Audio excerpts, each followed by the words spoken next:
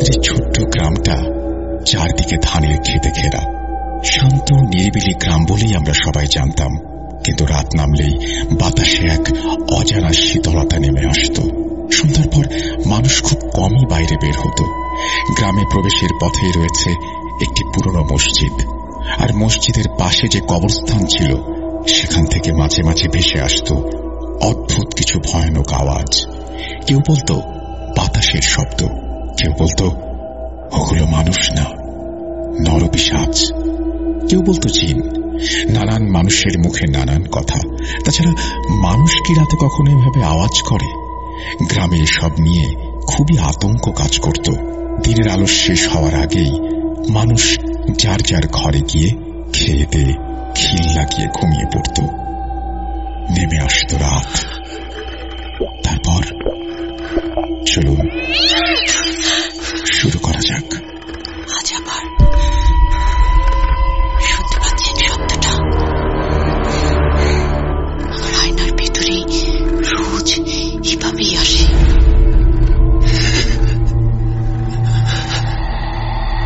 Booth.com with Russell. Welcome back. আপনাদের সবাইকে স্বাগত জানাচ্ছি আমি রাসেল। আশা করছি আপনারা ভালো আছেন, ভালোর দলে আছেন। 4 রাত ভয়ের ঘটনা এবং সেই 4 রাতের এক রাত আজ। আমরা আশা করব যে প্রথম থেকে শেষ পর্যন্ত শুনবেন, আমাদের ভালো লাগবে প্রতিটা মুহূর্ত। চলুন কথা না বাড়িয়ে শুরু করা যাক। গ্রামের এক সাধারণ হাকিম, মানে হাতুড়ে ডাক্তার, যদি হঠাৎ করেই পরিবর্তিত হয়ে যায়, হঠাৎ যদি সে নিজে পুরো অস্তিত্বটাকেই পরিবর্তন করে গ্রামবাসীদের মধ্যে ভয়ের সৃষ্টি করে, আর সেই পরিবর্তনটা যদি হয় সবার জন্য আতঙ্কের, বিভীষিকাময়, তাহলে কেমন হয় বলেন তো? বিসমিল্লাহির রহমানির রহিম। আসসালামু আলাইকুম রাসেল ভাই ও সম্মানিত শ্রোতাবৃন্দ। আমি সজীব শাহরিয়ার বলছি টাঙ্গাইল জেলার ঘাটাইল থেকে। আমি জানি আপনারা সবাই অনেক ভালো আছেন, আর রাসেল ভাই আপনিও ভালোর দলে আছেন। আমি চাই আজকের এই ঘটনাটি আপনি পড়ে শোনান। আপনার মুখে ঘটনা শোনার পর মনে হয় বাস্তবে আমার সামনে ঘটছে পুরো ঘটনাটি। অনিচ্ছাকৃত ভুল ত্রুটির জন্য ক্ষমা চেয়ে নিচ্ছি। যাই হোক, আজ আর বেশি কথা বাড়াবো না। আজ এমন একটি ভয়ানক ও লোমহর্ষক ঘটনা বলতে যাচ্ছি, আশা করি তা আপনাদের অনেক ভালো লাগবে। ঘটনাটি সংগ্রহ করেছিলাম এক বয়স্ক চাচার কাছ থেকে। তিনি পেশায় একজন রাজমিস্ত্রি।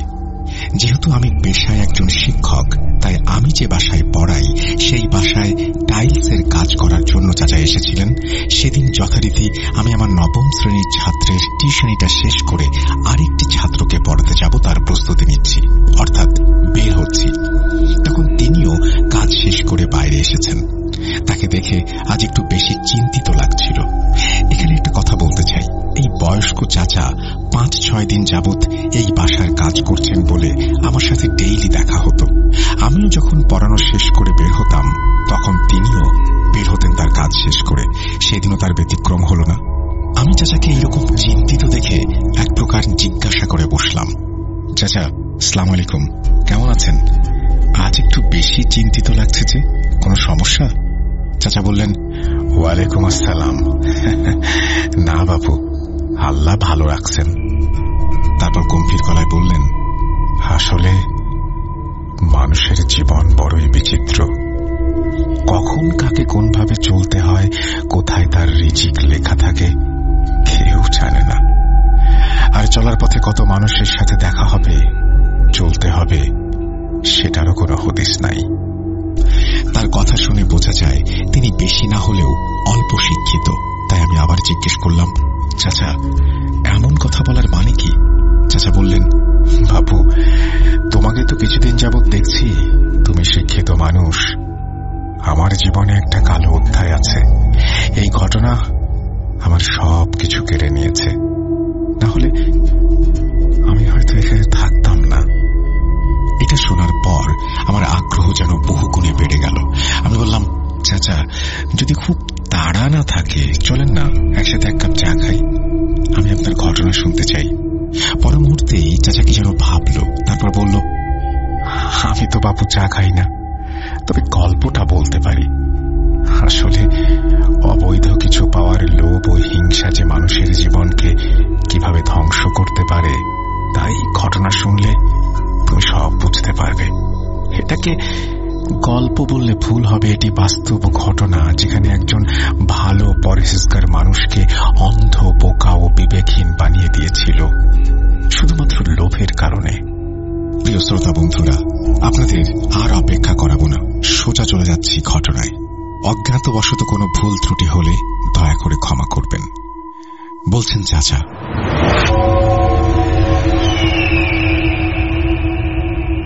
আমার গ্রাম গাজীপুর জেলার কালীগঞ্জ উপজেলায়। সময়টা 2000 সালের দিকে। যখন এই ঘটনাটা ঘটেছিল আমি তখন বেশ শক্ত সমর্থ মানুষ, বয়স 30-32 মতো। আমাদের এই ছোট্ট গ্রামটার চারিদিকে ধান খেতে ঘেরা। এটাকে শান্ত নিরিবিলি গ্রাম বলেই আমরা সবাই জানতাম, কিন্তু রাত নামলেই বাতাসে এক অজানা শীতলতা নেমে আসত। সন্ধ্যার পর মানুষ বাইরে কমই বের হতো।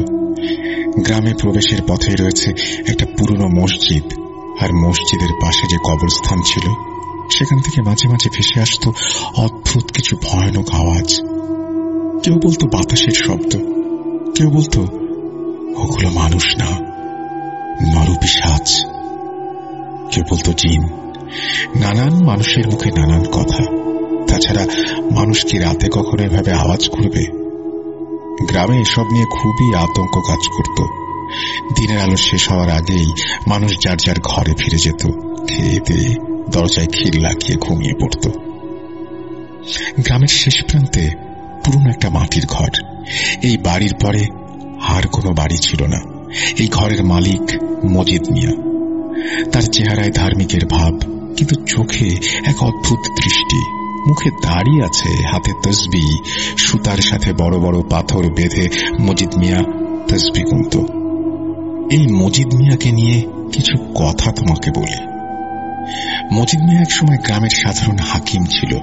গ্রামের মানুষের বিভিন্ন রোগ, যেমন হাড় ভাঙা, জ্বর, মাথা ব্যথা, বাতাস লাগা, ছোটখাটো জিনে ধরা, এসব অসুখ ভালো করার জন্য সে ঝাড়ফুঁক করত। আর মানুষ সরল মনে বিশ্বাস করত, অনেকে ভালো হতো। গ্রামবাসীরা তাই বিপদে পড়লেই মজিদ মিয়াকে স্মরণ করত, আর গ্রামের লোকেরা তাকে বেশ সম্মানও করত। তখন সত্যি বলতে তখন তিনি একজন পরহেজগার মানুষ। গ্রামের মানুষের বিভিন্ন সমস্যার সমাধানও তিনি দিতেন। সে ছিল গ্রামের মানুষের ভরসা আর শেষ আশ্রয়। কিন্তু হঠাৎ একদিন সে কোথায় হারিয়ে গেল। গ্রামের সহজ সরল জীবনে মজিদ মিয়ার হঠাৎ অনুপস্থিতি যেন এক গভীর কালো শূন্যতা তৈরি করল। বাতাসে মিলিয়ে যাওয়া ধোঁয়ার মতো একজন মানুষ কিভাবে আর কোথায় যে বিলীন হয়ে গেল, কেউ তার কোনো কুল কিনারা খুঁজে পেল না। তার অভাব শুধু গ্রামের মানুষের কাজের ক্ষতি করেনি, সবার মনে এক চাপা অসংজ্ঞায়িত ভয়ের জন্ম দিয়েছিল। তাদের দৈনন্দিন জীবনে নেমে এসেছিল এক অসহনীয় অস্বস্তি। অসুখ বিসুখ ছাড়াও বিভিন্ন পরামর্শের জন্য সবাই তার কাছে আশ্রয় খুঁজত। কেটে গেল 1 বছর। গ্রামের মানুষ মোটামুটি স্বাভাবিক জীবনে ফিরে এসেছে। তারপর এক রাতে হঠাৎ অপ্রত্যাশিতভাবে মজিদ মিয়া গ্রামে ফিরে আসলো। তার আগমনটা ছিল সম্পূর্ণ অন্যরকম। দিনের আলোতে সবাই যখন তাকে প্রথম দেখল, সহজ সরল মানুষগুলো এক অজানা ভয়ে শিউরে উঠল। সবার মনে প্রশ্ন, এই কোন মজিদ? তার মধ্যে যেন অন্য কোন সত্তা, এক অজানা জগতের ছায়া। মুখ ভর্তি জঙ্গল সম লম্বা দাড়ি, মাথায় রুক্ষ উস্কো খুস্কো চুল, পরনে ধবধবে সাদা পাঞ্জাবি যা অন্ধকারের ভেতরেও যেন জলজল করছিল। তবে সবচেয়ে ভয়ঙ্কর ছিল তার চোখ। সেই চোখে ছিল এক শীতল অস্বাভাবিক চাহনি, যেন গভীর অন্ধকারে স্থির থাকা কোনো শিকারীর দৃষ্টি। আর কণ্ঠস্বর, সেটা ছিল অচেনা, ভারী, গম্ভীর, বুক কেঁপে ওঠার মতো।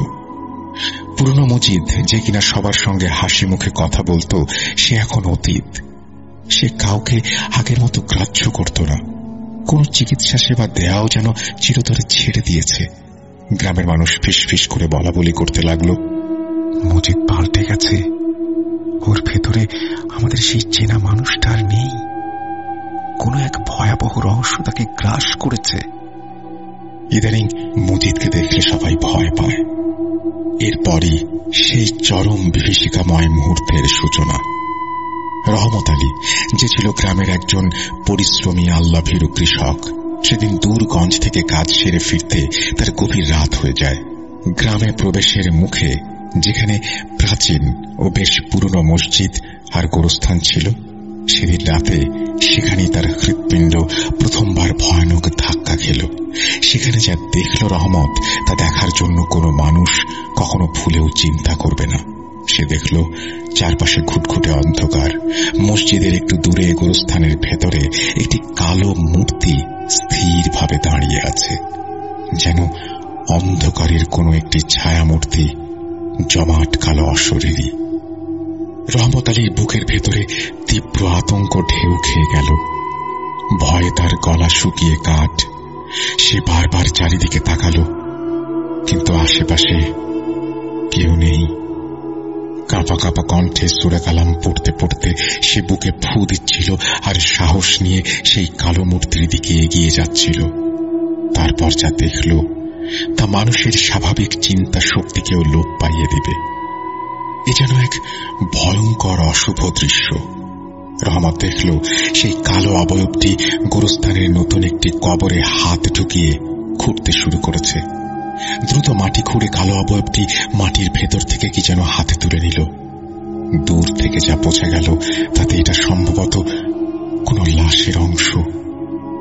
এরপর মুহূর্তের মধ্যে যে ঘটনা ঘটে গেল, তার ব্যাখ্যা আমি নিজেও দিতে পারব না। আমি হতভম্ব হয়ে চাচার কথা শুনতে লাগলাম। তিনি বললেন, কোনো কারণ ছাড়াই তার হাতের সেই বস্তুটি দাও দাও করে জ্বলে উঠল। আগুনের লেলিহান শিখা অন্ধকারে এক পৈশাচিক আলো সৃষ্টি করল, আর সেই আলোয় রহমত দেখল কালো কাপড় ঢাকা অবয়বটির মুখটা অস্পষ্ট, স্থির, শীতল এক হাসি তার চোখে দৃশ্যমান। এই দৃশ্য দেখে রহমত আলীর রক্ত হিম হয়ে গেল। তার শিরদাঁড়া দিয়ে নেমে গেল বরফের ঠান্ডা স্রোত। সে আর এক মুহূর্ত সেখানে দাঁড়াতে পারল না।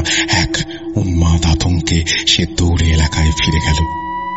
তার চিৎকার শুনে গ্রামের মানুষজন লাঠি সোঁটা সহকারে রহমতকে সাথে নিয়ে সেই কবরস্থানে উপস্থিত হল। কিন্তু কবরস্থান ছিল জনশূন্য, শান্ত আর অস্বাভাবিক রকমের নীরব। কোথাও কেউ নেই। রহমতের কথা কেউ কেউ বিশ্বাস করল, কেউ হেসে উড়িয়ে দিল। কিন্তু ওই দিনের পর রহমত আলীর জীবনে শুরু হল লোমহর্ষক চরম আতঙ্কের এক অধ্যায়। রহমত আলী ছিল একজন সুখী মানুষ। তার স্ত্রী, এক ছেলে, এক মেয়ে। ছোট হলেও বেশ সুখের সংসার।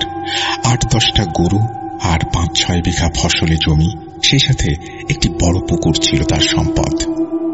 সেদিন রাতে বাড়ি ফিরে রহমত আলী স্ত্রীকে সমস্ত ঘটনা খুলে বলল। স্ত্রী তাকে অভয় দিয়ে দোয়া কালাম পড়ে ফুঁ দিয়ে পানি খাওয়ালেন, কিন্তু রহমত আলীর ভয় যেন কাটছেই না। পরের দিন ভোর, ফজরের নামাজের পরপরই রহমত আলীর ঘুম ভাঙল এক শীতল ডাকে। দরজায় এসে দাঁড়িয়েছে মজিদ মিয়া। তার চোখ দুটো আজও যেন গভীর অন্ধকারের মতো স্থির, আর কণ্ঠে সেই শীতলতা। রহমত আলী। তারপর রহমত আলী বের হয়ে আসার পর গম্ভীর গলায় বলল, গোরস্থানের পাশে তোমার যে জমিটা আছে, ওটা আমাকে বেচে দাও, তোমার ভালো হবে। তাছাড়া জমিটা তো খালি পড়ে আছে, ফসলও তেমন হয় না। রহমত একজন সরল মানুষ হলেও বাপদাদার ভিটে মাটির প্রতি তার গভীর টান।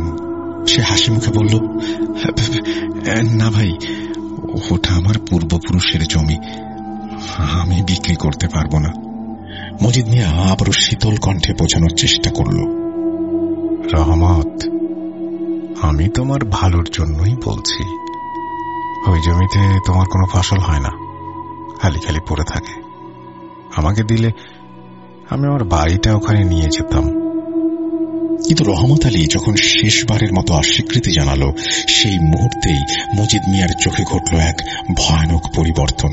তার স্বাভাবিক চোখ দুটো মুহূর্তে রক্তিম বর্ণ ধারণ করল, যেন মুহূর্তের মধ্যে ভেতরে লুকিয়ে থাকা কোনো পিশাচ বাইরে ঠেলে বের হয়ে আসতে চাচ্ছে। কিন্তু মজিদ মিয়া আর কোনো কথা বলল না, শুধু বিড়বিড় করতে করতে বাড়ির বাইরে চলে গেল। তার এই শীতল বিড়বিড়ানিতে রহমতের মেরুদণ্ড বেয়ে নেমে গেল এক ঠান্ডা রক্তের স্রোত। রহমত যেন অস্পষ্ট কণ্ঠের মতো একটা বাক্য শুনতে পেল, কাজটা ভালো করল না রহমত, একদম ভালো করল না। পরের দিন মাঝরাতে যখন পুরো গ্রাম গভীর ঘুমে অচেতন, তখন রহমত আলীর ঘরে শুরু হল চরম বিভীষিকা। রহমত আলীর ছোট মেয়ে হঠাৎ চিৎকার করে কাঁদতে কাঁদতে ঘুম থেকে লাফিয়ে উঠল। তার চোখ দুটো ভয়ে বিস্ফারিত, যেন এখনই কোটর থেকে বেরিয়ে আসবে। মেয়েটি কাঁপা কাঁপা স্বরে রহমতকে বলল, আপা আপা, জানালার পাশে একটা মানুষ দাঁড়িয়ে আছে, কালো কাপড় পরা, তার মুখ কাপড় দিয়ে ঢাকা, মুখ দেখা যাচ্ছে না আব্বা। রহমত আলী গভীর ঘুমে থাকা সত্ত্বেও মেয়ের চিৎকারে তীব্র আতঙ্কে জেগে উঠল। মেয়ের আতঙ্কের কারণ খুঁজতে গিয়ে যখন বাইরে তাকালো, তখন সে দেখল বাইরে কেউ যেন একজন দাঁড়িয়ে আছে। সে দ্রুত বাইরে গিয়ে দেখল, কই, কোথাও কেউ নেই, পুরো জায়গাটা ফাঁকা। সে ঘরে ফিরে মেয়েকে শান্ত করার চেষ্টা করল, কিন্তু তার মেয়ের আতঙ্ক কোনোভাবেই কমছিল না। তারপর অনেক কষ্টে সেও তার স্ত্রী মিলে মেয়েকে ঘুম পাড়িয়ে তারা ওই দিনের মতো ঘুমিয়ে গেল। পরের দিন ভোরে তিনি গেলেন গোয়াল ঘরে গরুগুলোর কাছে, কিন্তু সেখানে গিয়ে তিনি যে দৃশ্য দেখলেন তাতে তার মাথার রক্ত মুহূর্তেই জমাট বেঁধে গেল। তার পুরো গোয়াল ঘরের সবকটি গরু একটি কারণ ছাড়াই, কোনো অসুস্থতা ছাড়াই মরে পড়ে আছে। গোয়ালঘরের প্রতিটি কোণে যেন নেমে এসেছে এক শীতল মৃত্যু। তার এতদিনের পরিশ্রম, তার সংসার চালানোর অবলম্বন সব এক মুহূর্তে ধূলিসাৎ। রহমত আলীর বুকটা আত্মচিৎকারে ফেটে উঠল। এলাকার মানুষ ছুটে এলো। তাদের সমবেদনা, তাদের দুঃখ প্রকাশ যেন রহমত আলীর কাছে ঠাট্টার মতো মনে হচ্ছিল। আর সেই ভিড়ের এক কোণে স্থির দাঁড়িয়েছিল সেই মজিদ মিয়া। রহমত মজিদকে দেখেনি, কিন্তু অনেকেই দেখল মজিদ মিয়া কঠোর দৃষ্টিতে তাকিয়ে আছে। তার মুখে ছিল এক খুবই ঠান্ডা, রহস্যময়, পৈশাচিক হাসি। সেদিন রাতে, ঠিক মধ্যরাতে, হঠাৎ তাদের টিনের চালের ওপর ঝুপঝুপ করে কিছু পড়ার শব্দ হল। মনে হলো যেন আকাশ ভেঙে প্রবল বৃষ্টি টিনের চালে আছড়ে পড়ছে, অথচ বাইরে এক ফোঁটা বৃষ্টির পানি নেই। এরপরেই আবার লোমহর্ষক শব্দ শুরু হলো। কি যেন টিনের চালের ওপর দিয়ে ভীষণ দ্রুত গতিতে এক প্রান্ত থেকে অন্য প্রান্তে দৌড়ে গেল। শব্দের তীব্রতা আর অস্বাভাবিকতা এমন ছিল যে মনে হচ্ছিল কোনো ভারী অশরীরী জন্তু যেন তার মাথার ওপর দিয়ে ছোটাছুটি করছে। রহমত আলী, তার স্ত্রী আর ছেলে মেয়ে সবাই চরম আতঙ্কে কাঁপতে কাঁপতে আল্লাহর নাম স্মরণ করতে লাগলো। তাদের মনে হলো দেয়াল ভেদ করে সেই অশুভ শক্তি এখনই তাদের গলা টিপে ধরবে। এ যেন এক অন্ধকার লোমহর্ষক খেলা। সেদিন গোরস্থান থেকে ফিরে আসার পরেই এ সকল ঘটনা ঘটা শুরু হয়েছে। রহমত আলী যেন কোনো হিসাব মিলাতে পারছে না।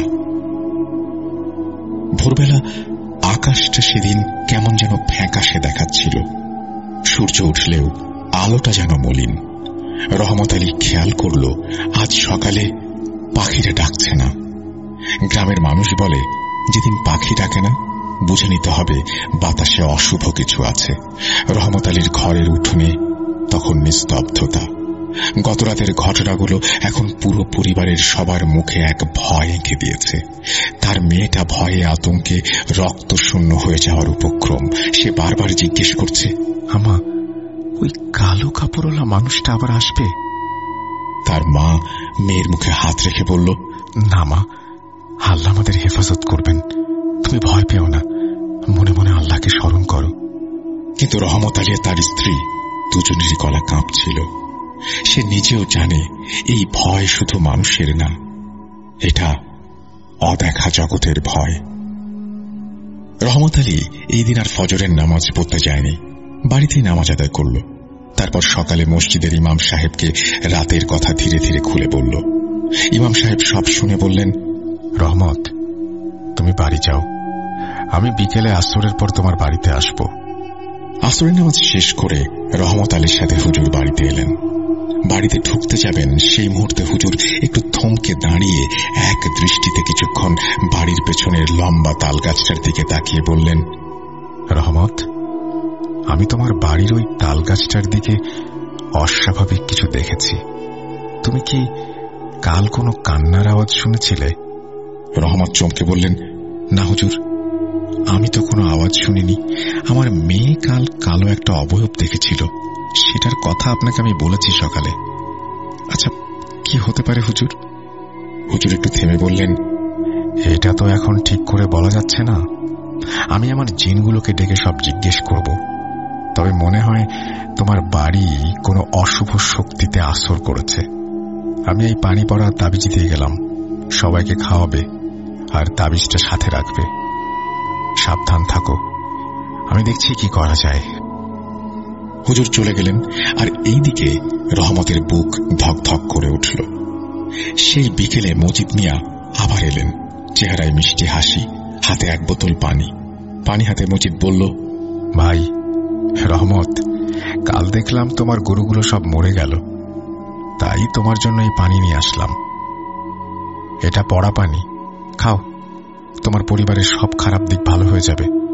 রহমত মজিদ মিয়াকে দেখেই থমকে গেল, তার চোখ জ্বলে উঠল। সে নিজেকে নিয়ন্ত্রণে নিয়ে এসে ভদ্রভাবে পানি গ্রহণ করতে অস্বীকৃতি জানাল। ভাই, দরকার নাই, আমি কোনো খারাপ মানুষের হাতে খাবার খাই না। যতই ভালো সাজার চেষ্টা করো, তোমাকে আমার বিশ্বাস হয় না। তোমাকে দেখে আমার নরপিশাচ মনে হয়। কারণ সেদিন রাতে কবরস্থানে যাকে দেখেছিল রহমত আলী, বারবার মনে হচ্ছিল এটা মজিদ মিয়া ছাড়া আর কেউ না। পরক্ষণেই মজিদের হাসি উধাও হয়ে গেল, মুখে ফুটে উঠল এক হিংস্র কঠোরতা। সে ঠোঁট কামড়ালো, চোখে এক ঝলক বিদ্বেষ নিয়ে বলল, রহমত আলী, আমি কি তোমার প্রতিবেশী না? আমি তো তোমার ক্ষতি করতে চাই না, তবে তুমি আমাকে এভাবে ফিরিয়ে দিয়ে কাজটা ভালো করলে না। আমি অপমানিত হলাম। এই বলে মজিদ ফিরে গেল। আবার সেই রাতেই ঘরে শুরু হলো অদ্ভুত ঘটনা। ঘুমের মধ্যে সে শুনতে পেল বাড়ির উঠোনে ধপ করে কি যেন একটা পড়ল। এত বেশি শব্দ করে পড়েছিল যে রহমত আলীর ঘুম ভেঙে যায়। মুহূর্তেই কেঁপে উঠল রহমত আলীর সারা শরীর। বাইরে গিয়ে দেখল একটা অস্বাভাবিক বড় সাইজের কালো রঙের পাখি মরে পড়ে আছে। এটা কি কাক নাকি অন্য কোনো পাখি বোঝা যাচ্ছে না, কিন্তু কাক এত বড় হয় না। মুখটা যেন কেউ ইট দিয়ে থেতলে দিয়েছে, সারা শরীরে রক্তের ছোপ ছোপ দাগ। পাখিটার ডানা যেন কেউ মুচড়ে ভেঙে দিয়েছে। এটা দেখে রহমত আলী এত ভয় পেল যে তার মুখ দিয়ে অস্ফুট আর্তনাদ বের হয়ে আসলো, এবং সাথে সাথেই মেয়ের চিৎকার ভেসে এলো, আম্মা, আব্বা, কে যেন জানলা দিয়ে তাকাচ্ছে, কে যেন আমাকে দেখছে। রহমত ছুটে গিয়ে জানালার দিকে তাকালো। বাইরে কেউ নেই, শুধু দিগন্ত পর্যন্ত ছড়িয়ে আছে ঘন ঝাপসা কুয়াশা। আর সেই কুয়াশা ভেদ করে সামনে দেখা যেন প্রায় অসম্ভব। একরাশ আতঙ্ক, ভয় নিয়ে দোয়াদুরুদ পড়ে কোনো রকমে সেই রাত পার করলেন রহমত আলী ও তার পরিবার। পরদিন সকালে রহমত আলী মসজিদের ইমামকে এই ভয়াল রাতের কথা বললেন। ইমাম গুরুগম্ভীর গলায় বললেন, যদি কেউ শয়তানের সাহায্যে কারো ক্ষতি করতে চায়, সে মুসলমান থাকে না। তাড়াতাড়ি ঘর বন্ধ করার ব্যবস্থা করো, আর রাতে কোরআন তেলাওয়াত জিকির চালিয়ে যাও। আমি আবার এই পানি পড়া দিয়ে দিচ্ছি, দেখো কি হয়, আমাকে জানিও, আমি আসবো তোমাদের বাড়ি। হুজুরের দেয়া পানি পড়া নিয়ে রহমত বাড়ি ফিরে আসলো, কিন্তু রাত নামতেই ভয়াবহ একটা কাহিনী শুরু হলো।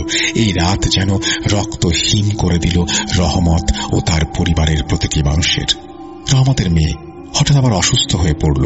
তার মুখ শুকিয়ে যাচ্ছে, চোখ উল্টে যাচ্ছে। সে চিৎকার করে ওঠে, আমাকে ছাড়ো, কে এসছে? তাল গাছের উপরে কে বসে আছে? রহমতের ঘরের ভেতর হঠাৎ সব বাতি নিভে গেল। এক মুহূর্তে ঘর জুড়ে নেমে এলো এক দম বন্ধ করা অন্ধকার, আর অন্ধকারের ভেতর শোনা গেল তার মেয়ের কণ্ঠে এক অচেনা হাসি। আমি ওর সাথে খেলবো। রহমতের মেয়েটি এই হাসছে, এই কান্না করছে। রহমত সহ সবাই যেন আতঙ্কে পাগল হয়ে গেল। এত রাতে কোথায় যাবে, কি করবে কিছু বুঝতে পারছিল না। তারপর আর কিছু না ভেবে দৌড়ে গেল হুজুরের কাছে। তাকে ডেকে আনা হলো। হুজুর এসে তার মতো করে ঝাড়ফুঁক করে পরিস্থিতি একটু স্বাভাবিক করে সেদিনের মতো চলে গেলেন। এই রাতের পর রহমতের ঘরে সবাই জেগে আছে। রহমত ঘরের কোনায় বসে কোরআন পড়ছে। তার মেয়ে এক বিছানায় বসে নিঃশব্দে তাকিয়ে আছে দেয়ালের দিকে। তার চোখ দুটো ফাঁকা, বিস্ফারিত। কি যেন তার সামনে, ঠোঁটে অদ্ভুত হাসি। রহমতের স্ত্রী গালে হাত রেখে কাঁপা কাঁপা গলায় বলল, তুমি কাঁদছ কেন মা? ভয় পেয়েছ? তুমি এমন ভাবে তাকিয়ে আছো কেন? কি আছে ওখানে? তার মেয়ে ধীরে মুখ ঘুরিয়ে বলল, আম্মা, আমি তো ভয় পাই না। আমার নতুন বন্ধু এসেছে, সে আমাকে রোজ রাতে গল্প শোনায়। এই কথাটা শোনা মাত্র ঘরের বাতাস ঠান্ডা হয়ে গেল। কুরআনের আয়াত পড়া থেমে গেল রহমতের। হঠাৎ তার চোখ জানালার দিকে গেল। কেমন যেন একটা ছায়া সরে গেল জানালার দিক থেকে। পরের দিন রহমত আলী কোনো দিক বিদিক না ভেবে আবার হুজুরকে ডেকে নিয়ে আসলো একটা সমাধানের জন্য। হুজুর বাড়িতে আসলো। এবার সে তার সাথে থাকা জিনগুলোকে ডেকে হাজির করল। সেই জিনের মাধ্যমে যা জানতে পেরেছিল তার সারমর্ম এই যে একটি শক্তিশালী পিশাচ জিন চালান করা হয়েছে তার পরিবারের ওপর। সে আস্তে আস্তে তার পরিবারকে ধ্বংস করে দিতে চায়। আমার পক্ষে এই জিন তাড়ানো সম্ভব না, হুজুর বললেন। রহমত, তুমি ভালো কোনো হুজুরের কাছে যাও। রহমত বারবার জিজ্ঞাসা করছিল, হুজুর কে করেছে এই কাজ? কিন্তু হুজুর কিছুই বললেন না। বললেন, যে করেছে সে আল্লাহর কাছে খুবই নিকৃষ্ট ব্যক্তি। আমি তার নাম বলবো না। এই জিনগুলো আমারও ক্ষতি করতে পারে, কারণ তারা অনেক খারাপ আর শক্তিশালী জিন। আমি আসলে এতটা শক্তিশালী নই যে ওদের সাথে পেরে উঠব। তারপর হুজুর প্রাথমিকভাবে পানি পড়া ও বাড়ি বন্ধ করে দিয়ে চলে গেলেন আর বললেন, রহমত, যত তাড়াতাড়ি পারো ভালো একজন হুজুরের কাছে যাও, সময় বেশি নাই। ওইদিকে রহমতের পরিবারে ঘটল আর এক বিপদ। তার ছেলে, সেও সেদিন বিকেল থেকে অনেক অসুস্থ হয়ে পড়ল। জ্বরে তার খুবই খারাপ অবস্থা। উল্টাপাল্টা কথা বলছে, কাউকে চিনতে পারছে না। সব মিলিয়ে দিশেহারা একটা অবস্থা। অনেক খোঁজাখুঁজির পর একজন আলেমকে পাওয়া গেল সেই ময়মনসিংহ এলাকায়। রহমত তার কাছে গেল এবং তাকে সব ঘটনা খুলে বলল। একটা সমাধান দেওয়ার জন্য কান্নাকাটি করতে লাগলো। বলল, হুজুর, আমার খুব বিপদ। আপনি তো সব শুনলেন, আমাকে সাহায্য করুন। হুজুর বলল, আমি আগামী 3 দিন পর আপনার বাসায় যাব। আপনি একদম নতুন একটি মাটির পাত্র, মোমবাতি, আগরবাতি, চন্দনের মাটি, সিঁদুর আর লাল গামছা এসব এক দরে দোকান থেকে কিনে আপনার কাছে রেখে দেবেন। আমি আমার বাকি কাজ সেরে আসব। সেই সাথে আসার সময় 5টি তাবিজ দিয়ে বললেন, এগুলোর একটা একটা করে আপনারা পরে নেবেন, আর বাকি একটা তাবিজ থাকবে, সেটা আপনার ঘরের দরজার সামনে 1 হাত মাটির নিচে পুঁতে রাখবেন। আল্লাহ আপনার পরিবারকে হেফাজত করবেন। তারপর রহমত আলী বাড়ি ফিরে আসে আর হুজুরের কথা মতো সব কাজ করে। তার একদিন কোনো সমস্যা হয় না। তার ছেলে মেয়েও স্বাভাবিক আচরণ করে। তারপর দ্বিতীয় দিন রাতে রহমত আলী খুব বাজে একটা স্বপ্ন দেখে। সে দেখে একটি নয়, দুটি নয়, বেশ 5-6টা বিশাল আকারের কালো রঙের পাখি উড়ে তার ঘরের চালের উপরে বসল আর ঠোঁট দিয়ে চাল ফুটো করে ভেতরে ঢোকার জন্য আপ্রাণ চেষ্টা চালিয়ে গেল। তারপরে দেখল তার মধ্যে একটি পাখি তার দিকে রক্তবর্ণ চোখ করে বলছে, আমাকে তাড়াতে কাউকে ডেকেছিস? পারবি না। আমি তোর ছেলে মেয়েকে নিয়ে যাব, তুই কিচ্ছু করতে পারবি না। এরপর রহমত যা দেখল তা দেখার জন্য সে কোনোভাবেই প্রস্তুত ছিল না। সে দেখল সেই পাখিটি একটি কালো কুকুরে পরিণত হল, আর তার মুখ দিয়ে অনবরত লালা ছড়তে লাগল। কুকুরটি হঠাৎ এক লাফে তার দিকে আসতেই রহমত ভয়ে আতঙ্কে আর্তনাদ করে লাফিয়ে উঠল। তার সারা শরীর কাঁপছিল। সে তার স্ত্রীকে ডেকে তুলে সব ঘটনা বলল। তারপর দোয়া কালাম পড়ে ফুঁ দিয়ে আবার শুয়ে পড়ল। এরকম স্বপ্ন সে কেন দেখল, এর মানেই বা কি বুঝতে পারল না।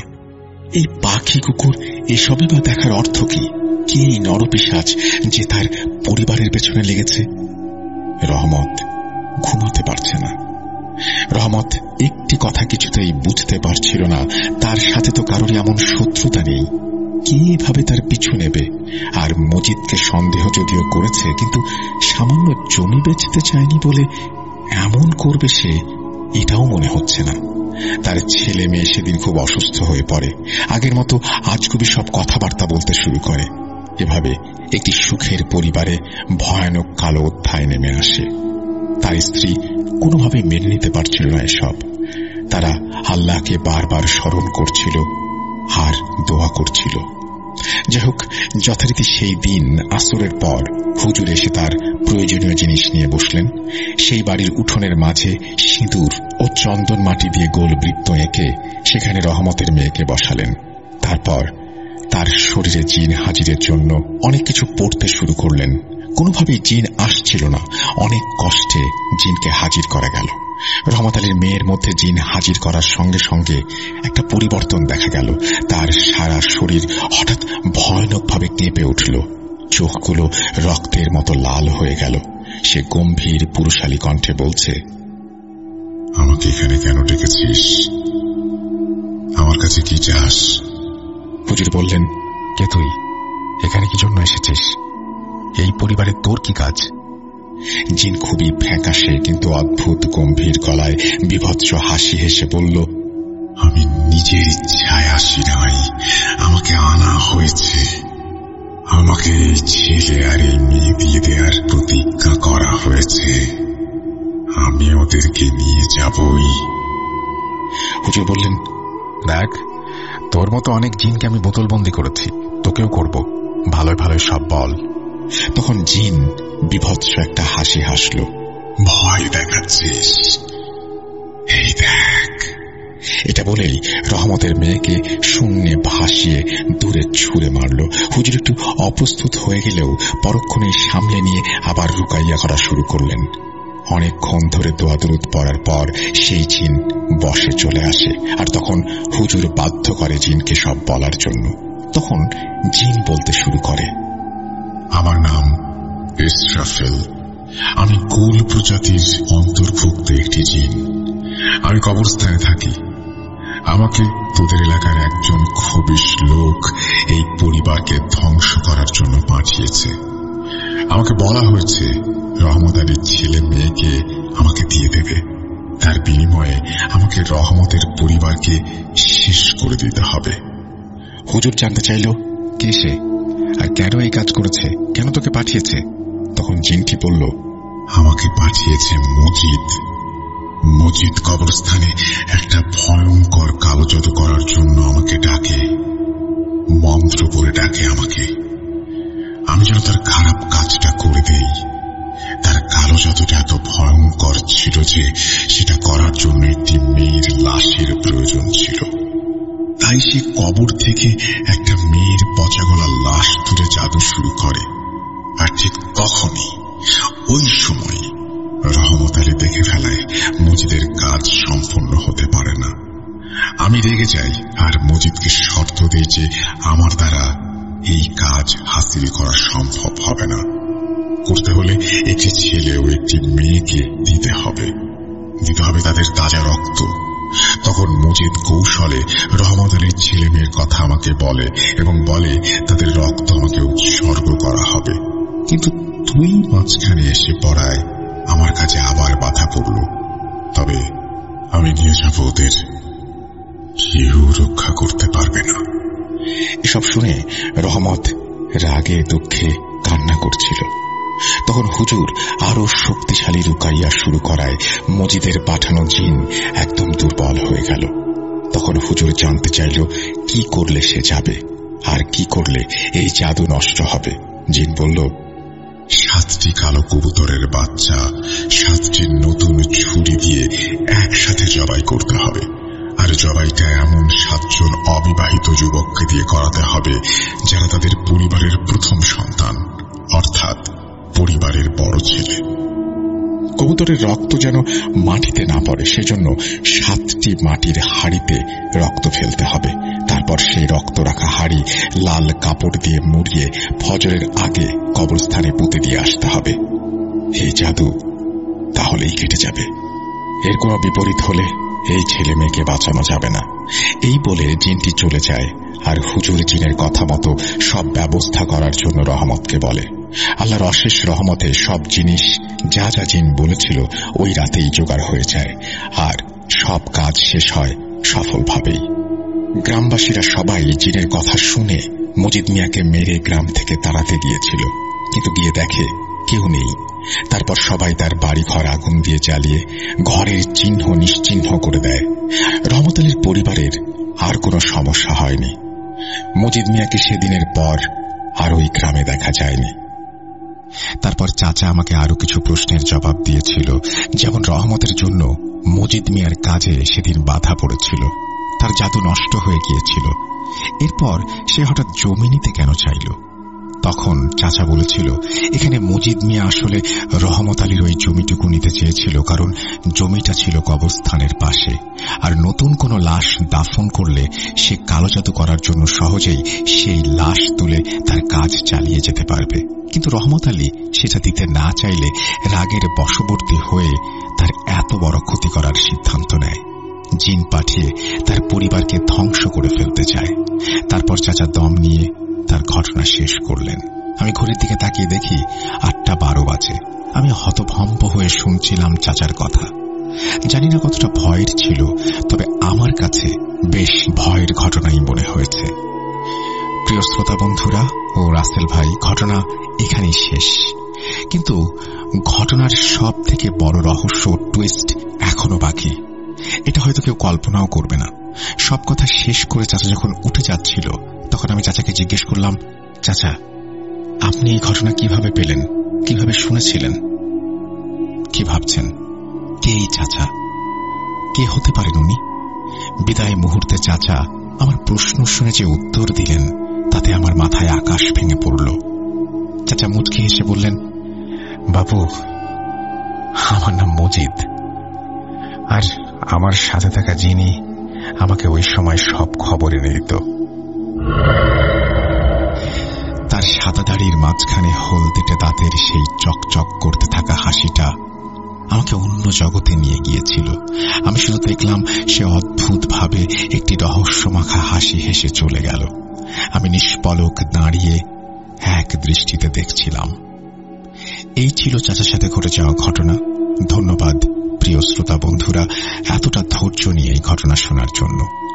এই মজিদ চাচাকে আমি আবার পেয়েছিলাম। উনি 1 বছর হারিয়ে গিয়েছিলেন। তখন তিনি অনেক ঘটনার সাক্ষী ও নিজেও লোভের বশবর্তী হয়ে অনেক খারাপ কাজ করেছেন।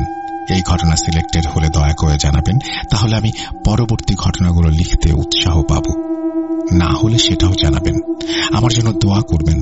ভূত.com এর প্রাণ আমাদের সবার প্রিয় রাসেল ভাই সহ ভূত.com টিম মেম্বারদের অনেক ভালোবাসা, দোয়া ও শ্রদ্ধা। আমি সজীব শাহরিয়ার আজ বিদায় নিচ্ছি। আবার হাজির হব অন্য কোনো ঘটনা নিয়ে। আসসালামু আলাইকুম। এই বলেই তিনি তার ঘটনা শেষ করেছেন। আশা করছি এই ঘটনাটি আপনাদের ভালো লেগেছে। যদি ভালো লাগে তাহলে অবশ্যই লাইক দিতে ভুলবেন না, কমেন্ট করতে ভুলবেন না।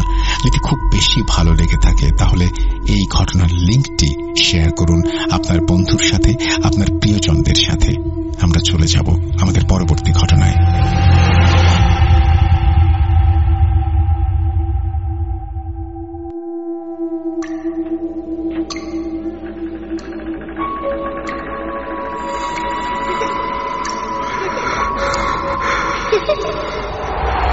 লুকোচুরি খেলে? লুকোচুরি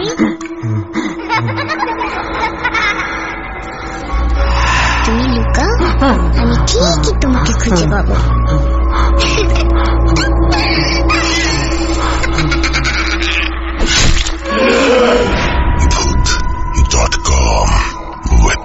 রাসেল।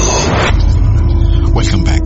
নতুন একটা ঘটনা নিয়ে আবারও হাজির হয়েছি। তার আগে জানাই, আমাদের চ্যানেলটি এখনো যারা সাবস্ক্রাইব করেননি, অনুগ্রহ করে সাবস্ক্রাইব করবেন। আজকের ঘটনাটি যদি ভালো লাগে, একটি ঘটনা যদি ভালো লাগে, তাহলে সেটা শেয়ার করুন আপনার বন্ধুর সাথে। তাহলে আরো বেশি মানুষ জানতে পারবেন ভূত.com সম্পর্কে, আরো বেশি মানুষ শুনতে পারবেন আমাদের। চলে যাচ্ছি ঘটনায়। যেভাবে লেখা আছে সেভাবেই পড়ে শোনাচ্ছি। আসসালামু আলাইকুম প্রিয় রাসেল ভাই। নতুন করে বলার কিছু নেই, শুধু এটুকু জানি যে আপনি সবসময় ভালোর দলে থাকেন। আজ আমি যে ঘটনাটি সম্পর্কে বলবো সেটা একদম সত্য ঘটনা, যেটা আমার নিজ এলাকায় ঘটেছিল আজ থেকে 27 বছর আগে। সময়টা ছিল 1998। বলে রাখা ভালো, আমার বাড়ি টাঙ্গাইল জেলার নাগরপুর থানার দুয়াজানি গ্রামে।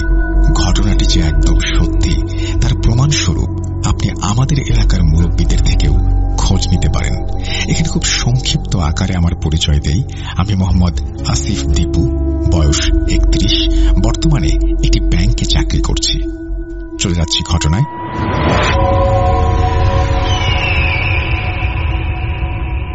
যেহেতু সালটা 1998, সুতরাং সবারই জানার কথা ওই সালে ভয়াবহ বন্যা হয় সারা দেশে।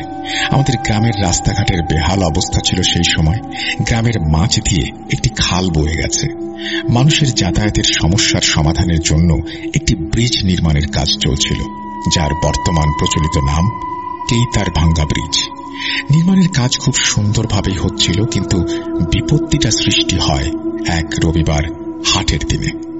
হাট শেষে প্রতিদিনের মতো সারাদিন ব্যবসা করার পর সন্ধ্যার দিকে বাড়ির দিকে রওনা দিয়েছেন মোহাম্মদ কুতুবউদ্দিন। কুতুবউদ্দিনের নামের সাথে মিল রেখে ওই ব্রিজের নাম করা হয়েছিল। ওনাদের বাড়িটা ছিল ঠিক খালের পাশেই, আর সেই নির্মাণাধীন ব্রিজ সংলগ্ন। সে সময় রাস্তাঘাট তেমন ভালো না থাকায় ওনাদের বাড়িতে যেতে হতো সেই খালের পাড় দিয়েই। উনি প্রতিদিনের মতো সেই খালের পাড় দিয়ে যাচ্ছিলেন, কিন্তু সেখানেই শুরু হয় এক নতুন ঘটনা। আমাদের গ্রামের কিছু অসাধু মানুষ প্রায় খালের পাড়ে জুয়া খেলার আড্ডায় মেতে থাকত, সাথে নেশাদ্রব্যও সেবন করত। কুতুবউদ্দিন সেখান দিয়ে যাওয়ার সময় দেখা হয়ে যায় সেই লোকগুলোর সাথে যারা সেখানে জুয়া খেলছিল। কুতুবউদ্দিন তাদের উদ্দেশ্য বুঝে ফেলেছিল এবং সেখান থেকে উঠে যেতে বলেছিল, কিন্তু তারা নারাজ। কথা কাটাকাটির এক পর্যায়ে সেই লোকগুলোর সাথে কুতুব কাকার ধস্তাধস্তি হয় এবং তাদের মধ্যেই একজন তার গলায় গামছা পেঁচিয়ে ধরে, আধমরা অবস্থায় ফেলে রাখে। অবস্থা খারাপ বুঝতে পেরে তাদের দলেরই একজন লাথি দিয়ে কুতুব কাকাকে পানিতে ফেলে দেয়। দুর্বল আর আধমরা অবস্থায় থাকার কারণে কুতুব মিয়া সেখান থেকে আর উঠতে পারেননি। পানিতে হাবুডুবু খেতে খেতে সেখানেই তলিয়ে যান। ইন্না লিল্লাহি ওয়া ইন্না ইলাইহি রাজিউন। কুতুব কাকার লাশটা তারা সেভাবেই রেখে তার মালামাল আর টাকাগুলো নিয়ে সেদিনের মতো সেখান থেকে চলে যায়। পরের দিন থানায় মিসিং ডায়েরি করা হলে পুলিশ ইনভেস্টিগেশনে এসে কিছু খুঁজে পায় না, কিংবা তারপরে 20-25 দিনের মধ্যেও কোনো ক্লু পায় না। মূলত কুতুব কাকার লাশটা কচুরিপানার মাঝে আটকে গিয়েছিল। খালটা মোটামুটি প্রশস্ত হওয়ায় কেউ কোনো গন্ধও পায়নি। তার কিছুদিন পর অবশ্য পুলিশ সদস্যরা গোপন তথ্যের ভিত্তিতে ওই আসামিদের গ্রেফতার করতে সক্ষম হয়। এরই মধ্যে শুরু হয় তুলকালাম। এক রাতে মানিক সওদাগর নামের এক লোক বোয়াল মাছ শিকারের আশায় সেই খালে বড়শি ফেলে। রাত আনুমানিক 1:30। প্রায় 5-6 মিনিট পরে তার বড়শিতে অনেক শক্তিশালী একটা মাছ আটকায় এবং তিনি সেটাকে কৌশলে কাছে আনার চেষ্টা করেন, কিন্তু মাছটা প্রায় আধ ঘন্টা পর পাড়ে ঘেঁষে এবং মানিক নামের লোকটি হ্যারিকেনের আলোতে যা দেখতে পান তা শুনে যে কেউ ভয়ে শিউরে উঠবে। তিনি দেখতে পান যে তিনি যেটা টেনে এনেছেন সেটা মূলত মাছ নয়, সেটা ছিল দিব্যি কুতুব মিয়ার সতেজ লাশের মুখে আটকানো বড়শি। তিনি আরো দেখতে পান কুতুব মিয়ার শরীর একদম অক্ষত, দেখে মনে হচ্ছে 1 ঘন্টা আগে পানিতে পড়ে মারা গেছে, কিন্তু চোখ দুটো দেখে মনে হচ্ছিল কেউ একজন ছুরি দিয়ে থেতলে দিয়েছে সেগুলো। আর গলায় লাল দাগ। তিনি ভাবছিলেন কুতুব মিয়া আনুমানিক 1 মাস আগে মারা গিয়েছে, আর ওনার পচা লাশও শনাক্ত করে এখান থেকে নিয়ে যাওয়া হয়েছে। তাহলে এটা কি? এসব দেখে তিনি নিজেকে আর ঠিক রাখতে পারেননি। তখনই এক দৌড়ে বাড়িতে গিয়ে জ্ঞান হারিয়ে পড়ে যান এবং 2 দিন প্রচন্ড জ্বরে ভুগে তিনি তার শেষ নিঃশ্বাস ত্যাগ করেন। তার দেয়া বর্ণনা শুনে গ্রামে হইচই পড়ে যায়। মানুষ প্রায়ই রাতের বেলায় খালের পাশে কুতুব মিয়ার কান্নার আওয়াজ শুনতে পেতে শুরু করে। এমন অবস্থায় সন্ধ্যার পর কেউ খালের পাশ দিয়ে আর যায় না। খালের আশেপাশের মানুষেরা কুতুব মিয়াকে স্বপ্নে দেখতে শুরু করে, কিন্তু সবার স্বপ্নের বর্ণনা একই ছিল। তারা বলতো কুতুব মিয়া তাদের স্বপ্নে আসেন পেছন দিক হয়ে হাঁটতে হাঁটতে এবং গলায় একটি গামছা পেঁচিয়ে। কাছে আসতেই নাকি প্রচন্ড গন্ধ লাগে নাকে, আর কাছে আসতে আসতে এক হাত দূরে পেছন ফিরেই শুধু কান্না করতে থাকেন, কিছু বলতেন না। এভাবেই গ্রামের মধ্যে ভয় বিরাজ করতে থাকে। হঠাৎ এক সকালে শোনা যায় গ্রামের নির্মাণাধীন ব্রিজের শক্তভাবে দাঁড়িয়ে থাকা পিলার ভেঙে পড়েছে। প্রায় 2 বার সেই পিলার পুনরায় স্থাপন করার চেষ্টা করা হলেও সেটা সকালে ভেঙে পড়ে থাকে খালের মাঝে। সবার ধারণা ছিল এটা কুতুব মিয়ার অতৃপ্ত আত্মার কাজ। বন্যার পানি অনেকটা কমে যাওয়ার পর ব্রিজের শ্রমিকরা পিলারের দুপাশে বাঁধ দিয়ে পানি ঠেকানোর চেষ্টা করে, কিন্তু পরদিন তার ঠিক থাকে না। দেখলে মনে হয় কি যেন সেই বাঁধ ইচ্ছে করে ভেঙে দিয়েছে। বিষয়টা নিয়ে হইচই পড়ে গেলে এলাকার সাহসী 3-4 জন যুবক ওই বাঁধের পাহারা দেওয়ার দায়িত্ব নেন এবং যেমন কথা তেমন কাজ। পরদিন যুবকেরা সেই বাঁধের পাশে কয়েকটি হ্যারিকেন নিয়ে পাহারা দিচ্ছিলেন। রাত আনুমানিক 2টা অবধি সবকিছু স্বাভাবিক থাকলেও ঘটে বিপত্তি। কিচ্ছু হবে না ভেবে আবুল, রফিক আর আয়নাল হ্যারিকেন পাশে রেখেই ঘুমিয়ে পড়ে। আর দুলালের রাত জাগার অভ্যাস থাকায় সে জেগে থাকে আর এপাশ ওপাশ করে হ্যারিকেন নিয়ে পাহারা দেয়। হঠাৎ সে খেয়াল করে বাঁধের দড়িগুলো কেমন যেন মরমর করছে। মনে হচ্ছিল যেন কেউ খুব শক্তি দিয়ে দড়িগুলোকে টানছে। এটা দেখে সে ভাবছিল কোনো অসাধু লোক আজকেও এসেছে বাঁধ ভাঙার জন্য। তাই দুলাল খুব তাড়াতাড়ি করে হ্যারিকেন নিয়ে সেখানে এগিয়ে যায় এবং গিয়ে কাউকে দেখতে পায় না। সবকিছু ঠিকঠাক থাকলেও সে বাঁধের মাটির দিকে তাকিয়ে দেখতে পায় পানির ঠিক ওপরেই কিছু মাটি সরে গিয়েছে। সেই বিষয়টাকে তেমন পাত্তা না দিয়ে তার ঘুমন্ত সঙ্গীদের কাছে যায়, কিন্তু আবারও শুরু হয় সেই মর্মর শব্দ। এবার সে কিছুটা রাগীভাবে বাঁধের দিকে এগিয়ে যায় এবং সেখানে গিয়ে যা দেখতে পায় সেটা দেখার জন্য সে মোটেও প্রস্তুত ছিল না। সে দেখতে পায় আনুমানিক 35-40 কেজি ওজনের একটি বোয়াল মাছ সেই বাঁধে সজোরে ধাক্কা দিচ্ছে, আর বোয়াল মাছের চোখগুলো ছিল রক্তের মতো লাল, অস্বাভাবিক বড়, আর চোয়ালে একটা বড় গামছা অনেক শক্তভাবে বাঁধা। এটা দেখার সাথে সাথে সে জোরে একটা চিৎকার দেয় আর পেছন ফিরে দৌড় দেয়। পেছন ঘুরে দৌড় দেওয়ার সময় সে হঠাৎ কিছু একটার সাথে হোঁচট খেয়ে মাটিতে পড়ে যায়। ঠিক তখনই সে চমকে গিয়ে মাটির দিকে তাকাতেই দেখতে পায় এটা সেই কুতুব মিয়ার লাশ। সেটা কিনা ওই সরু রাস্তায় আড়াআড়ি ভাবে পড়ে আছে, আর লাশের গলায় একটা লাল গামছা শক্ত করে বাঁধা, কিন্তু তার উপাসে কোনো মাথা ছিল না, আর গলা দিয়ে তাজা রক্ত বের হচ্ছিল। ততক্ষণে তার সঙ্গীরা ঘুম থেকে উঠে দৌড়ে তার দিকে আসছিল। দুলাল মিয়ার শরীর আর মুখ কোনোটাই তখন কাজ করছিল না, কারণ এমন ভয়ঙ্কর কিছু যে কারোর সাথে ঘটতে পারে তা তার ধারণাই ছিল না। তার বন্ধুরা কাছাকাছি আসার মুহূর্তেই একটি চোখের পলকে সেই লাশ হাওয়ায় অদৃশ্য হয়ে গেল। ওই অবস্থায় তার বন্ধুরা তাকে বাড়িতে নিয়ে যায় এবং তার নাক মুখ দিয়ে অনবরত রক্ত পড়ছিল। অবস্থা বেহাল দেখে পরিবারের সবাই রাত আনুমানিক 3টার দিকে তাকে নিয়ে হাসপাতালের উদ্দেশ্যে রওনা দেয় এবং রাস্তাতেই তার মৃত্যু হয়। হাসপাতালে নেয়ার পর ডাক্তাররা জানায় সে ব্রেন স্ট্রোক করে মারা গেছে। এর 2 দিন পর ব্রিজ নির্মাণের দায়িত্বে থাকা ঠিকাদার প্রায় লসে পড়ে যাচ্ছিল তখন, কারণ অনেকবার বাঁধ ভেঙে গিয়েছে, বড় বড় পিলারগুলো দিনে দিনে ভেঙে পড়ছে। একদিন হঠাৎ ওই ঠিকাদার এক কবিরাজের কাছে গিয়ে সব খুলে বলেন এবং কবিরাজ ওই স্থান দর্শন করতে চাইলে তাকে ব্রিজের কাছে নিয়ে আসা হয়। কিছুক্ষণ একা একা মুখ দিয়ে বিড়বিড় করে কিছু একটা পড়েন তিনি। আগামী সোমবার অমাবস্যা রাতে সে খালের পাশে ধ্যান করবেন বলে জানান এবং তার পালিত চিন্তের মাধ্যমে এই সমস্যার সমাধানও নাকি করবেন। তাঁর কথা মতো সোমবার রাতে তাকে এক কলস ভর্তি গাভীর দুধ, একটি মরা শিং মাছ এনে দেয়া হয়। রাত তখন 2টা বাজে সম্ভবত। কবিরাজ তার ধ্যান শেষ করে জানালেন এই সমস্যার সমাধান শেষ করার একমাত্র উপায় 2টি পাঁঠা, 2টি সাদা মোরগ আর একটি রাম ছাগল এনে মাঝরাতে বলি দিতে হবে। একটি পাত্রে সবগুলো রক্ত সংগ্রহ করতে হবে। তার কথা মতো ঠিকাদার রাজি হয়ে যান এবং একদিন রাত আনুমানিক 1টার সময় ওই কবিরাজ ও তার শিষ্যরা মিলে ব্রিজের পাশে পানির কাছে সবগুলো ছাগল আর মোরগের বলি দেন এবং সব রক্তগুলো সেই পানিতে ফেলে দেন।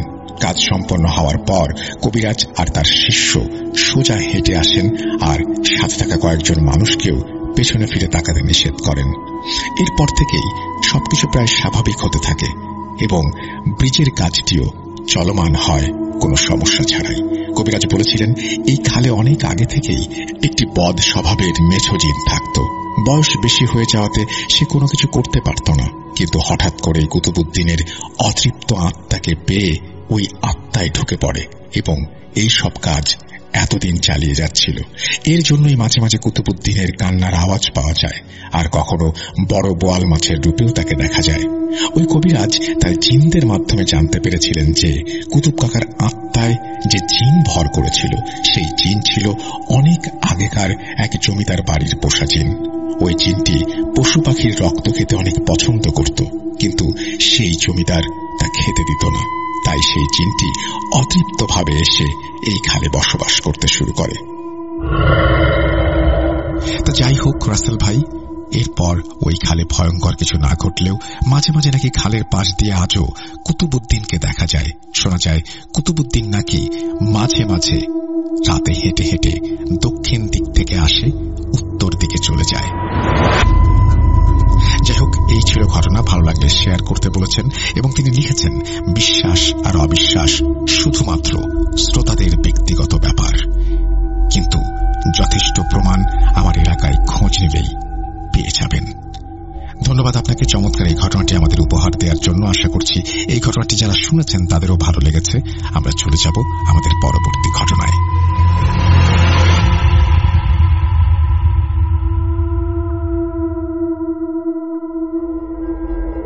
Spirit, be here with me.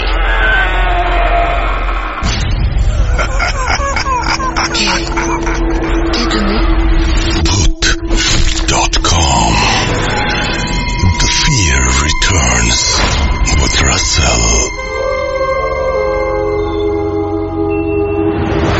Welcome back. আপনাদের সবাইকে স্বাগত জানাচ্ছি আমি রাসেল। আশা করছি আপনারা সবাই ভালো আছেন এবং ভালোর দলে আছেন। আমিও ভালো আছি এবং ভালোর দলে আছি। এখন যেটা করতে চাই সেটা হচ্ছে সরাসরি চলে যেতে চাই একটি অডিও ক্লিপে। আশা করছি আপনারা এনজয় করবেন, কারণ অডিও ক্লিপগুলো আমরা এখন খুব বেশি রকমের বাছাই করে নিচ্ছি।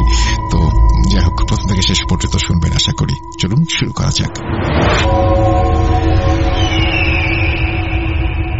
আসসালামু আলাইকুম রাসেল ভাই, জানি আপনি ভালোর দলে, তাই আর জিজ্ঞেস করলাম না। আজকে আমি যে ঘটনাটি লিসেনারদের মাঝে নিয়ে উপস্থিত হয়েছি, এই ঘটনাটি উত্তরবঙ্গের চাঁপাইনবাবগঞ্জ জেলার শিবগঞ্জ থানার প্রাচীন গড়ে রাজধানী সোনা মসজিদের লাগোয়ায় কোনো একটি গ্রামের ঘটনা।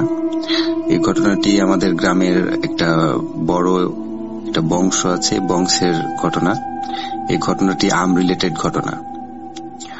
তো আমাদের গ্রামের প্রায় 70% সেই পরিবারটির মানে সদস্যদের, তাদের বিশাল জনগোষ্ঠীর একটা বংশ। তো তাদের বংশের একটা প্রবাদ আছে, তাদেরকে পাগলা বংশ বলা হয়। এই ঘটনাটি শোনার পরে বুঝতে পারবেন যে কেন তাদেরকে পাগলা বংশ বলা হয়। এই ঘটনাটি যুদ্ধের আগের ঘটনা। এই বংশের একজন বড় কর্তা ছিলেন, তার নাম নইমুদ্দিন হাজি সাহেব। তো নইমুদ্দিন হাজি সাহেব তাদের মানে মাটির উপরে প্রায় 6-7টি বৈশাখী আমের গাছ ছিল। তো এই বৈশাখী আমটি বৈশাখ মাসে মূলত পাকে, আর এই আমটি অনেক দেখতে সুন্দর ও সিঁদুর লাগা আম, যেটাকে আমাদের গ্রামের ভাষায় বলে সেন্দুর লাগা আম। তো তিনি তাদের দফাদার বলতে আমাদের গ্রামের ভাষায় দফাদার বলতে মানে বংশের তাদের জমি জায়গা দেখাশোনা করার জন্য প্রধান যে লোকগুলা থাকে তাদেরকে দফাদার বলা হয়। তো তার বেশ কয়েকটি দফাদার নিয়ে সেই বৈশাখী গাছের পাকা আম সংগ্রহ করতে তারা যায়। তো এই বৈশাখী আমের গাছটি তাদের মানে সেই সময় এই জায়গাটিতে অনেক বন জঙ্গল ছিল। আর সে সময় ভূত এবং বা জিন বলেন, জিন পরি বলেন, ও জন্তু জানোয়ারের হচ্ছে যে প্রাণীর, হিংস্র প্রাণীর মানে ভয় থাকতো। বিশেষ করে বানর, বাঘ, তারপরে বানরের বেশ কয়েকটি প্রজাতি, এগুলোর ভয় ছিল খুব বেশি। এবং মানে জিনের পরীর তো ভয় আছে। তো তারা লাঠিসোঁটা নিয়ে মানে প্রোটেকশনের জন্য তারা হচ্ছে বৈশাখী আম মানে সংগ্রহ করতে যায়। তো তাদের ওইখানে একটা বড় একটা মাচা তৈরি করে দেওয়া হয় সেই নইমুদ্দিন হাজী সাহেবের জন্য। তো তিনি ওই আমগুলো সংগ্রহ করে তাকে দেওয়া হয় এবং তিনি মাচার উপরে নিয়ে বসে থাকেন। তো পরক্ষণে লক্ষ্য করেন যে ওনার পাশে বামন একটি ছেলে মানে নিচ থেকে আম চাইছে, কোনো শব্দ করছে না, শুধু ইশারা করে মানে আম চাইছে। তো তিনি 2টি আম তার দিকে উপর থেকে ছুড়ে দেয় এবং সেই ছেলেটি আম নিয়ে চলে যায়। এর বেশ কিছুদিন পরে তারা আবার তার বেশ কয়েকটি দফাদার নিয়ে সেই বৈশাখী আম সংগ্রহ করতে চায় এবং তিনি লক্ষ্য করেন যে কিছু দূরে একজন আলখাল্লা পড়াইতে একজন মানে খুব সুদর্শন একজন ব্যক্তি দাঁড়িয়ে আছে, সাদা টুপি মাথায়, মানে টুপি জাতীয় একটা মাথায় আছে। তো তিনি তাকে ডাকছে এবং তার সাথে ওই সেই ছেলেটি, বামন ছেলেটি মানে তার সাথে আছে। তো তিনি ডাকছে যেহেতু তিনি নিচ থেকে নেমে যান এবং যাওয়ার পরে তাকে বলা হয় যে আপনাদের গাছের আম হচ্ছে যে আমার ছেলে খেয়েছে, তো তার খুব ভালো লেগেছে। তো আপনি হচ্ছে যে আমাদেরকে যদি, আমার ছেলের হচ্ছে বিয়ে সামনে, তো আপনি যদি আমাদের কিছু আম দিতেন তাহলে আমরা বিয়ের অনুষ্ঠানে সে আমগুলো হচ্ছে যে বরযাত্রীদের মাঝে মানে বিলিয়ে দিতেন বা বরযাত্রীদের খাওয়াতেন, এই রিকোয়েস্ট করার জন্য। তো তার খুব মানে হয় যে মায়া হয় যে যেহেতু তার গাছের আম তেমনি জন্তু জানোয়ার পশু পাখিতেই বেশিরভাগ নষ্ট করে। তো তিনি বলেন যে ঠিক আছে, আপনারা পারতে পারেন। তো তাদেরকে পাড়ার অনুমতি দেয় এবং সেই লোকটি তার এরূপ ব্যবহারে খুশি হয়ে তিনি বলেন যে আমাদের যে সামনের সপ্তাহে আমার ছেলের বিয়ে, তো আপনি এশার নামাজের পরে আপনি মসজিদ থেকে বের হলে আমাদের এখান থেকে কয়েকজন লোক গিয়ে আপনাকে নিয়ে আসবে, আপনি আমাদের বিয়েতে চাইলে হাজির হতে পারেন, বা হাজির হলে আমরা খুব খুশি হব। তো তিনি বলেন যে ঠিক আছে, যেহেতু বিয়ের দাওয়াত দিয়েছে, তিনি সম্মতি জানায়, এক প্রকার সম্মতি জানিয়ে তিনি বিদায় নিয়ে আসেন। তো তিনি সেদিনের মতো আম সংগ্রহ করে চলে যান এবং দফাদার নিজের মন মতো আম সংগ্রহ করে রওনা দেন। ঠিক তার 1 সপ্তাহ পরেই তিনি মসজিদ থেকে বের হওয়ার পরে লক্ষ্য করেন যে কয়েকজন লোক মানে হাতে ওই বর্ষা জাতীয় যে তীর ধনুক মানে বড় একটা লাঠির আগালে হচ্ছে যে ওই তীরের মতো লাগা, এইরকম হচ্ছে যে আগের যুগে যে প্রহরীদের হাতে ছিল। তো হিংস্র জন্তু জানোয়ারের হাত থেকে রক্ষা করার জন্য বা নিজেকে প্রোটেকশন করার জন্য এগুলো সে যুগে ব্যবহার করত। মানে ধনুক টাইপের যে জন্তু জানোয়ার আসলে সেগুলো দিয়ে আক্রমণ করার আগে সেটা দিয়ে প্রতিহত করতে পারে। তো তিনি বলেন যে এরকম আপনাকে যিনি দাওয়াত দিয়েছিলেন আমাদের সর্দার সাহেব, তো ওনার ছেলের বিয়ে, তাই আপনাকে আমরা নিতে এসেছি। তো তিনি বলেন যে আমি বাসায় যাই, বাসায় গিয়ে আমি হচ্ছে যে ওনাদের বিয়ের জন্য এরকম কিছু মিঠাই মানে মিষ্টি, যেটাকে বলে মিষ্টি হচ্ছে যে আমি নিয়েছি। তো যে আমি সেগুলো নিয়ে আসি বাসা থেকে। তো তিনি বাসা থেকে নিয়ে বের হন এবং তাদের সাথে হাঁটা দেন। তো তিনি তাদের সাথে হাঁটা দেন। তো হাঁটতে হাঁটতে তিনি ঠিক তাদের যে জমির শেষ প্রান্তে সেখানে একটি বটের গাছ ছিল। সে বটের গাছের কাছে যেতে যেতে তিনি লক্ষ্য করেন যে মানে সেখানে অনেক মানুষ, অনেক মেয়ে মানুষ, ছেলে মানুষ, অনেক বয়স্ক মানুষও আছে তাদের মধ্যে। তো খুব ধুমধাম করে একটি বিয়ে চলছে। তিনি দূর থেকে একটু কাছে গিয়ে লক্ষ্য করেন। তো তিনি সেখানে গিয়ে উপস্থিত হতে সেই মানে বৃদ্ধ বয়স্ক লোকটি তিনি তার সামনে এসে হাজির হয় এবং তাকে লম্বা একটি সালাম দিয়ে তাকে আপ্যায়ন করেন।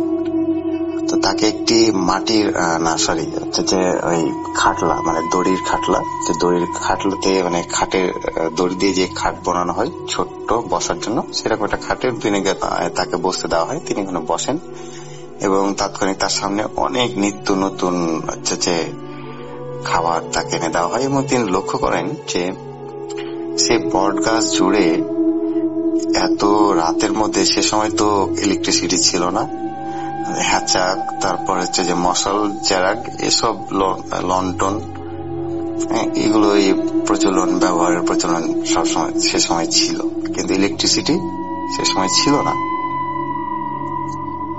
তো তিনি লক্ষ্য করেন যে অদ্ভুত ভাবে সেই জায়গাটি খুব আলোকিত হয়ে আছে, মানে এমন ভাবে আলোকিত হয়ে যাচ্ছে মানে দিনের মতো চকচক করছে সব। কিন্তু তিনি লক্ষ্য করেন সেখানে অনেক মানুষ, এখানে গাছের গোড়ায় হচ্ছে যে একজন বর একজন কনে বসে আছেন এবং সেই বরটি বামন টাইপের এবং মেয়েটিও সে বামন টাইপের। কিন্তু মেয়েটির চুল তার পাশ দিয়ে মানে যেখানে বসে আছেন বসার থেকেও মনে হচ্ছে এত চুল যে মাটিতে গোছা হয়ে যাচ্ছে যে পড়ে আছে, এত বড় চুল। সে ছেলেটিও বসে আছে এবং তাদের পাশে মানে অনেক গ্যাঞ্জাম, চিল্লা চেঁচামেচি এরকম তো আছে, বিয়ে বাড়ি একটা আমেজ যেরকম থাকে তার চাইতে বেশি। তো যে যার বাচ্চারা যে যার মতো খেলছে, মেয়েরা অনেক রান্না করছে, কেউ বাসন গোছাচ্ছে, মানে যে যার মতো কাজে ব্যস্ত। তার দিকে তার কোনো লক্ষ্য নেই, তিনি যেখানে এসেছেন তার দিকে কোনো লক্ষ্য নেই, যে যার মতো আনন্দ উল্লাস করছেন। এবং বরকনের পাশে অদ্ভুত ভাষায় যেরকম মানে গ্রামের বিয়েতে বা সাতালদের বিয়েতে যেরকম মানে গীত গাওয়া হয় বা এক প্রকার গান যেগুলো মানে বলে মানুষের এমনি গলায় বলা হয়, বলতে তারা এরকম একটা মানে গীত গাইছে আর পাশে ঢোল তবলা বাজছে। তো তিনি তার কাছে বিষয়টি খুব অদ্ভুত লাগে এবং তিনি লক্ষ্য করেন যে কয়েকজন ছেলে মেয়ে হচ্ছে যে খেলাধুলা করছে, কিন্তু খেলাধুলা করতো ছেলেমেয়েরা খেলাধুলা করতো, তিনি পড়ে যায়, কেউ হয়তো পড়ে যায় খেলতে খেলতে, ছোট বাচ্চারা। তো তিনি লক্ষ্য করেন যে বাচ্চাগুলো পড়ে যাচ্ছে, সে বাচ্চাগুলো পড়ার পরে মানে কিরকম যেন ভ্যানিস্ট হয়ে যাচ্ছে, আবার কোন দিক থেকে সেই বাচ্চাটি আবার এসে হাজির হচ্ছে, এরকম কেউ কাউকে ধরতে যাইছে তখন সে আবার ভ্যানিস্ট হয়েছে। তো তখন তার কাছে মানে খটকা লাগে যে এরকম তো বিয়ে সে কোনোদিন দেখেনি বা কোনোদিন শুনেও নি। তখন তিনি বুঝতে পারেন যে তিনি অস্বাভাবিক একটি বিয়ের অনুষ্ঠানে বা অস্বাভাবিক একটা মানে জায়গায় তিনি এসে উপস্থিত হয়েছেন এবং তার ভিতরে অনেক ভয় কাজ করে এবং তিনি মানে এক প্রকার মানে কি করবেন বুঝে উঠতে পারেন না যে আমার কি করা উচিত, পালাবো না কি করব। তো এরকম কথা চিন্তা করতে হতে মশে আল্লাহর নাম নিতে থাকে। তিনি একজন ধার্মিক, নামাজি ও দয়ালু ব্যক্তি ছিলেন এবং তাদের অনেক ধন সম্পত্তি ছিল, অনেক দূর দূরান্ত তাদের ধন সম্পত্তি। তো তিনি মানে এরকম চিন্তা করতে হতে সে বয়স্ক আল্লাহ পড়া লোকটি তার সামনে এসে হাজির হয় এবং তার সামনে এসে তাকে আশ্বস্ত করেন যে আপনি ভয় পাওয়ার কিছু নেই, আমরা আপনার এই বটের গাছে, আপনাদের এই যে মাটির যে বটের গাছেই আমরা হচ্ছে যেখানে বসবাস করি, এখানে আমাদের একটা মানে পুরো পাড়া, মানে পাড়া বলতে তাদের একটা মহল্লায়, মানে জিনেদের বাসা একটা মানে পাড়া একটা মহল্লা এটা তাদের।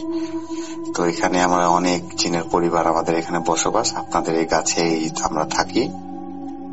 তো তাকে তার জন্য খুব মানে কৃতজ্ঞ, মানে তিনি যে আমগুলো দিয়েছেন এবং তাদের মানে বিয়েতে যে মিষ্টি নিয়ে হাজির হয়েছেন এই জন্য সে খুব কৃতজ্ঞ জানে এবং তার ব্যবহারে তারা খুব সন্তুষ্ট হয়েছে এবং তিনি তাকে আশ্বস্ত করেন যে আপনি ভয় পাবেন না, আপনার কোনো কিছু হবে না। এবং তাকে এও বলেন যে আমরা যেহেতু আপনাদের মানে গাছেই থাকি, সেহেতু আপনাদের 5 পিঢ়ি পর্যন্ত আমরা আপনাদেরকে হেফাজত করব, রক্ষা করব। কিরকম রক্ষা করব? জিন, তারপরে জিন পরি এগুলো তো আছেই, তারপরে চোর ডাকাত, মানে তাদের কোনো ক্ষতি হতে দিবে না তাদের বংশের, মানে বংশ পুরো বংশ। আর নইবুদ্দিন হাজী সাহেবের পুরো বংশের তিনি তারা সেই জিনের পরিবার বা বংশ, তারা বলে যে আমরা 5 পিঢ়ি পর্যন্ত যোগ্য। 5 পিঢ়ি বলতে কি, কোনটাকে বোঝাচ্ছে আপনাদেরকে ভেঙে বোঝাই। 5 পিঢ়ি বলতে নইবুদ্দিন হাজী সাহেব আছেন এবং তার বংশের তার পরবর্তী যে পুত্র সন্তান আসবেন সে একজন, মানে উনি নইবুদ্দিন হাজী মারা যাওয়ার পরে তার পুত্র সন্তান যিনি থাকবেন বড়, তিনি 1 পিঢ়ি চলে গেল, তার পুত্র সন্তান 1 পিঢ়ি, তারপরে তার পুত্র সন্তান 1 পিঢ়ি, তার পুত্র সন্তান বা তাদের পুত্র সন্তান না, তার সন্তান 1 পিঢ়ি, এইরকম। তো বলে তিনি তাকে একটা গ্লাসে, মাটির গ্লাসে তাকে একটা শরবত এনে দেন এবং শরবত খাওয়ার পরে সেই নইবুদ্দিন হাজী সাহেবের আর কিছু মনে পড়ে না। তিনি যখন তার ঘুম ভাঙে সকালবেলা, তিনি তখন দেখে তার বেডেই তিনি শুয়ে আছেন এবং তিনি ঘুম থেকে উঠেন, ভাবেন যে হয়তো নিছক একটি স্বপ্ন দেখেছে, তাই সে উঠে আছে। তারপরে দেখে তার পরিবারের সব সদস্য খাওয়া দাওয়া নিয়ে ব্যস্ত। সেই অনেক রকম ফল, অনেক রকম খাবার তারা খাচ্ছে এবং তাদেরকে জিজ্ঞাসা করে যে এই তোমরা এই খাবারগুলো কোত্থেকে পেয়েছো? এগুলো তো আমি আনি নাই, বা আমি তো এগুলো কোত্থেকে এনেছো, কে দিয়েছে? তো তার পরিবারের সদস্যরা জানায় যে এগুলো তো আপনি এনেছেন। তার বউ বলে এগুলো তো আপনি এনেছেন, আপনি তো গত রাত্রে বিয়ে বাড়ি থেকে আপনাকে এগুলো দিয়েছে, আপনি নিয়ে আসছেন। তখন তার সেই স্বপ্নের কথা মনে পড়ে যায় পুরোপুরি এবং তিনি তার পরের দিন স্বপ্নে তাকে জানানো হয় যে তার সাথে তার জিনেরা এসে খাবারগুলো বাসায় রেখেছেন এবং তাকে বাসায় এসে রেখেছেন। তো এইরকম কালের বিবর্তন হওয়ার পরে 3 পিঢ়ি জোগাড় পরে, মানে 3 পিঢ়ি পাড়া দেওয়ার পরে, মানে 3 পিঢ়ি বলতে নইবুদ্দিন হাজী সাহেব তার পরিবারের মানে সন্তান, তার পরিবারের সন্তান, মানে একজন সন্তানের বড় সন্তান তিনি তারা মারা যাওয়ার পরে 3 পিঢ়ি যখন হয়েছে এরকম, তখন তারা একটি ভুল কাজ করে বসেন। তারা সেই বটের গাছটি কেটে ফেলেন এবং সেই বটের গাছটি কেটে ফেলার পরে তাদের যতগুলো বংশ আছে, তাদের আত্মীয় বংশ আছে, তাদের রক্তের বংশ, তো তাদের প্রত্যেকের বাসায় প্রতি রাত্রে ঢিল পড়া শুরু হয় এবং এক একজনের উপরে জিন ভর করে ওঠে যে তোরা এই কাজটি কেন করলি, তোরা এই গাছটি কেন কাটলি, তোদের পূর্বপুরুষ আমাদেরকে গাছটি দিয়ে গেছে, আমরা তোদের বংশকে পাহারা দেই, মানে তাদের শরীরে সেই জিনগুলো নেমে এক একজনের গায়ে এক এক দিনে এরকম জিন নামতে থাকে এবং কেউ সারা রাত ঘুমাতে পারে না, তাদের পুরো বংশ সারা রাত ঘুমাতে পারে না, তাদের চালের উপরে ঢিল নিক্ষেপ হয়, সারা রাত ঢিল নিক্ষেপ হয় এবং সকালে দেখা যায় যে কোনো জায়গায় একটিও ঢিল পড়ে নাই এবং টিনেও কোনো জায়গায়, মানে টিনের চালা ও তাদের কোনো কিছু হয় না, অক্ষত অবস্থায় আছে।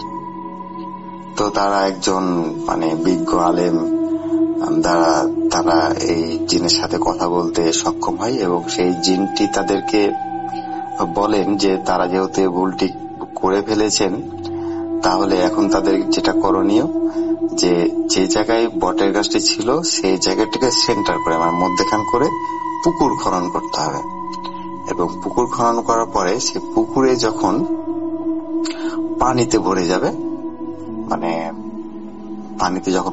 তখন একটি নৌকা তৈরি করে সেই নৌকা নিয়ে গিয়ে সেই মধ্যেখানে সোনার চেরাগ জ্বালিয়ে রেখে চলে আসতে হবে। তাহলে তাদের এই অভিশাপ থেকে তারা মুক্তি পাবে, তাদের এই যে তারা যে গাছটি কেটে ভুল করেছে এটা থেকে তাদেরকে ক্ষমা করা হবে।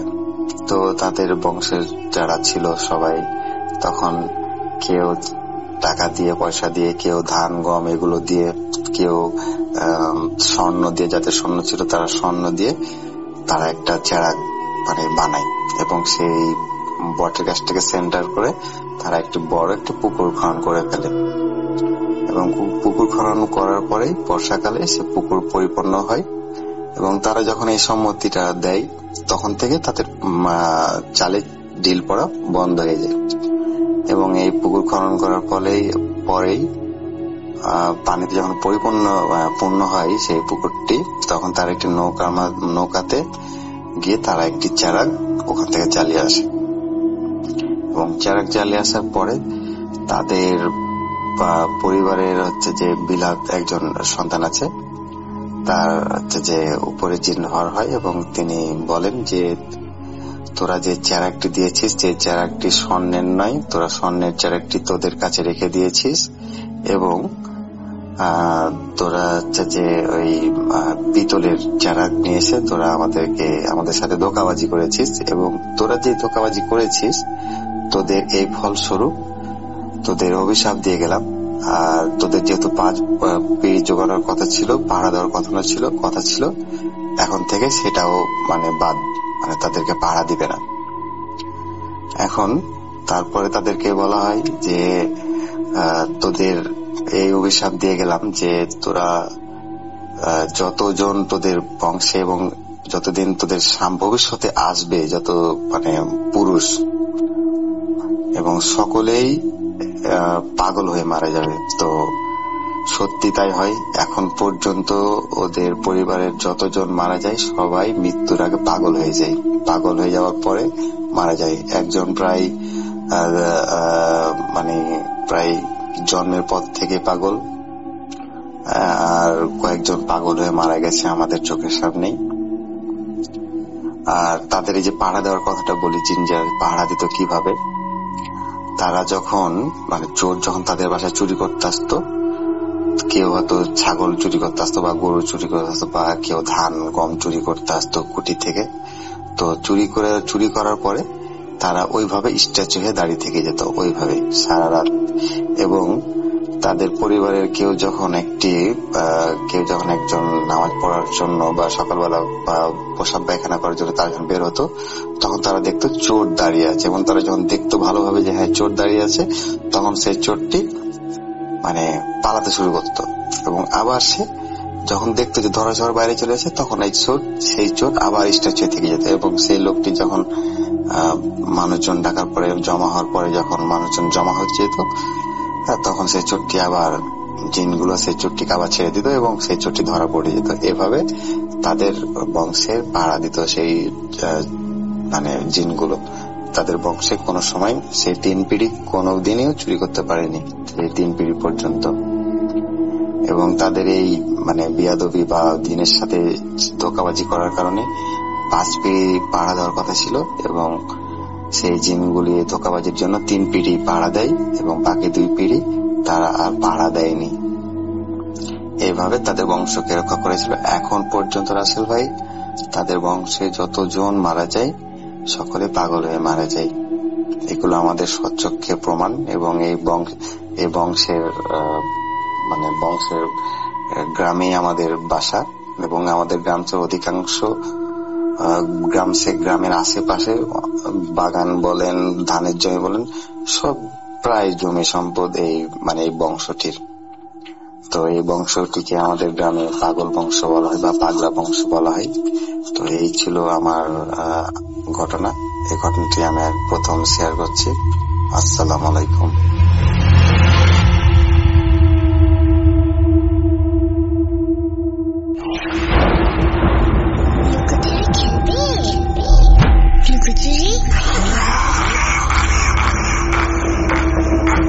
You will never be alone.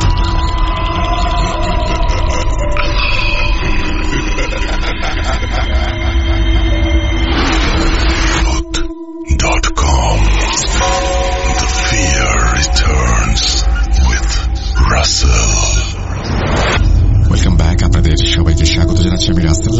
আপনারা সবাই ভালো আছেন, ভালোর দলে আছেন।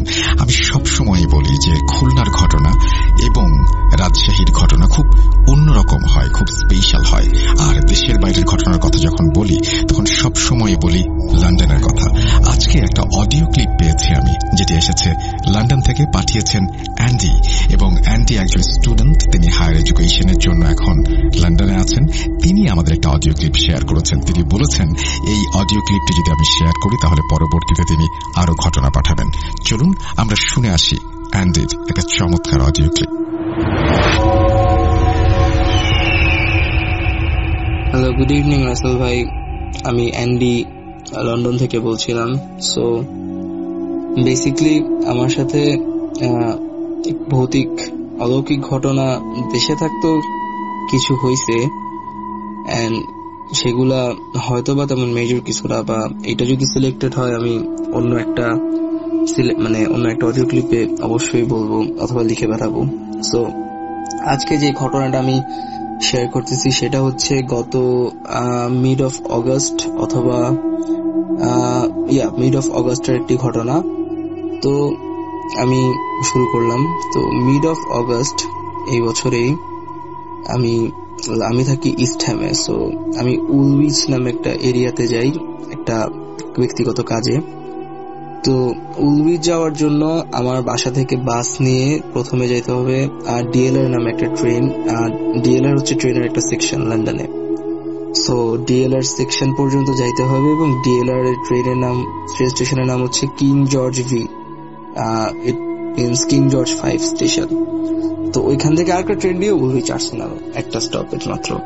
সো আমি রীতিমতো 7:30 সন্ধ্যা দিকে রওনা দিই, অ্যান্ড 7:30টার দিকে আমি রওনা দিলে আমি 8:30-9টার দিকে উলউইচে গিয়ে পৌঁছাই।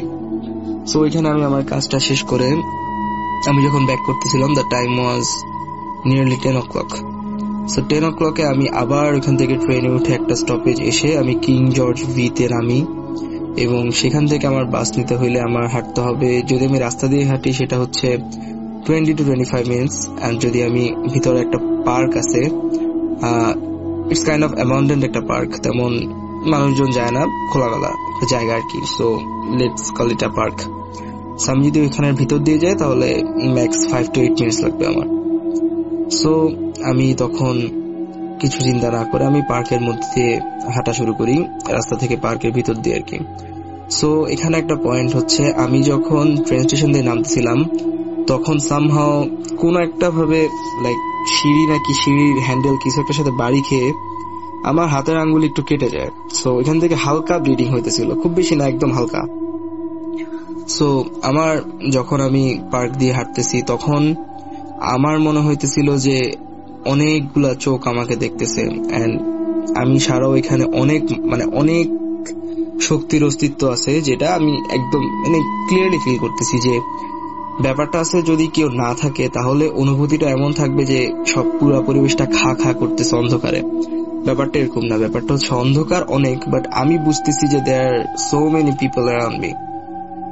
এন্ড এখানে লাইক একটা প্রোগ্রাম বা অনুষ্ঠান হইলে বা একটা মেলা হইলে যেরকম একটা অনেক কোলাহল থাকে, আমি এই জিনিসটাই আমি ফিল করতেছিলাম। সো তখন আমি বুঝছি যে I think there is something wrong and এখানে একটা প্রবলেম হবে। সো আমি তৎক্ষণাৎ আমার ফোন বের করে জাস্ট ম্যাপটা অ্যাক্সেস করার ট্রাই করি, এন্ড আমি তখন দেখতেছিলাম যে আমার ফোনে কোনো নেটওয়ার্কই পাইতেছে না, এন্ড ম্যাপটা জাস্ট ঘুরতেছে আরো চিহ্নটা, এন্ড কোনোভাবেই এটা কোনো দিক বেদিক আমি বুঝতেছি না। সো আমি তখন পার্কের মধ্যে খুব জোরে হাঁটা শুরু করি, এন্ড পিছনে আমি তাকাই না, খুব জোরে আমি হাঁটা শুরু করি।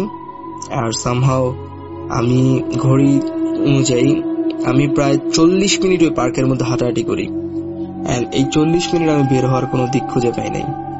এই 40 মিনিটের মধ্যে আমি যখন জোরে হাঁটতেছিলাম, একবার এদিক একবার ওই দিক, আমি শুনতেছিলাম যে প্রথমবার আমার একটা আন্টি যে 2017 or 2018 কোলাপস করছিল, সে আমাকে ডাকতেছে 2 বার।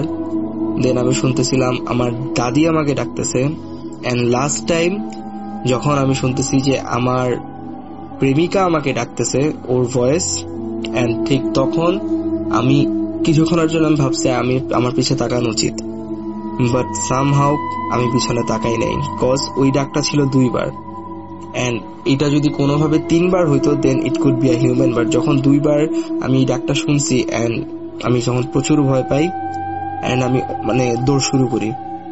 সো দৌড়াইতে দৌড়াইতে আমি কোনো একভাবে একটা দেয়ালের ভাঙা অংশ দেখতে পাই এবং সেখান দিয়ে এক লাফ দিয়ে কোনোভাবে বাইরে এসে পৌঁছাই। সো বাইরে এসে পৌঁছানোর পর আমি একটা ইকো আমার কানে শুনি। খুব ইকোটা হচ্ছে like male and female mixed একটা ভয়েসের ইকো। সেই ইকোটা হচ্ছে, একমাত্র তোর নানার কারণে তুই আজকেও বেঁচে গেলি। অ্যান্ড ঠিক এইটা আমি শোনা মাত্রই আমি দিক বিদিক ভুলে দৌড়ানো শুরু করি। And somehow there were some foreigners means I think there were some Polish people, Polanded. So ওরা এখানে আড্ডা দিতেছিল and they saved me and কোনোভাবে ওরা আমাকে একটা উবার করে দেয় and somehow আমি বাসায় চলে আসি। সো লাস্টের যেই পয়েন্টটা, যে তোর নানার কারণে তুই আজকে আবারও বেঁচে গেলি, এর মাধ্যমে আমার পাস্টে ঘটে যাওয়া আমার আর আমার কাজিনের সাথে একটা ঘটনা এটা রিফ্লেক্ট করে। আমি ঘটনাটা অবশ্যই বলবো যদি আমার অডিও ক্লিপটা সিলেক্টেড হয়। দেন ওই দিন আমি বাসায় আসার পরে আমি গোসল করে ঘুমায় যাই এন্ড রাত্রে খুবই আজে বাজে স্বপ্ন দেখি। এন্ড যেহেতু এরকম একটা ইনসিডেন্ট হয়েছিল, so I think it was pretty natural. Then তার পরের দিন আমার বাসার এখানে একটা দাদা থাকে, সে হচ্ছে হিন্দু, সে হচ্ছে ব্রাহ্মণ। সো আমি তাকে জিজ্ঞেস করি যে দাদা এমন এমন সমস্যা হয়েছে, so if you have any definition or explanation you free to share with me. তো দাদা আমাকে যেটা বললো যে ওই দিন ছিল এখানে অমাবস্যা পঞ্জিকা অনুযায়ী, এন্ড আমার হাত কেটে যাওয়ার কারণে আমার ব্লাডের কোনো লাইক ফোটা ওর সামথিং সেই পার্ক এরিয়ার মধ্যে পড়ছিল, যার কারণে ওরা আমার পিছু নিছিল। এন্ড সামহাউ আমার সাথে যেহেতু আমার নানার ওই ঘটনার একটা লিঙ্ক আছে, এটার কারণে ওরা আমার খুব একটা ক্ষতি করতে পারে নাই, বা আমি যদি পিছনে ফিরে থাকাইতাম আমার খুব ক্ষতি হইতো। সো দাদা আমাকে এক্সপ্লেনেশনটা পরে দেয়। এটার পরে আমি যেহেতু খ্রিস্টান, আমি চার্চে যাই এন্ড ফাদারের সাথে কন্ট্যাক্ট করে অনেকভাবে প্রার্থনা প্লাস এইসব জিনিস করে আপাতত এভরিথিং ইজ গোয়িং ওয়েল, কোনো প্রবলেম হয় নাই। তো রাসেল ভাই, খুব ছোট ঘটনা, তেমন ভয়ানক কিছু না, বাট ইটস ট্রু। লন্ডনে আমরা যারা আছি আমরা টুকটাক সবাই জানি যে অনেক ঘটনা এখানে হয়, কিছু ঘটনা অলৌকিক আর কিছু ঘটনা লৌকিক। সো আই হোপ ঘটনাটা ভালো লাগবে দর্শকদের সবার। এন্ড আমার কাছে আরো কিছু ঘটনা আছে নিজের প্লাস অন্যান্য কিছু ফ্রেন্ডদের, আমি অবশ্যই দিব। তো আজকের মতো এতটুকুই। তো I am signing out. Rasel ভাই, আবার কখনো কথা হবে।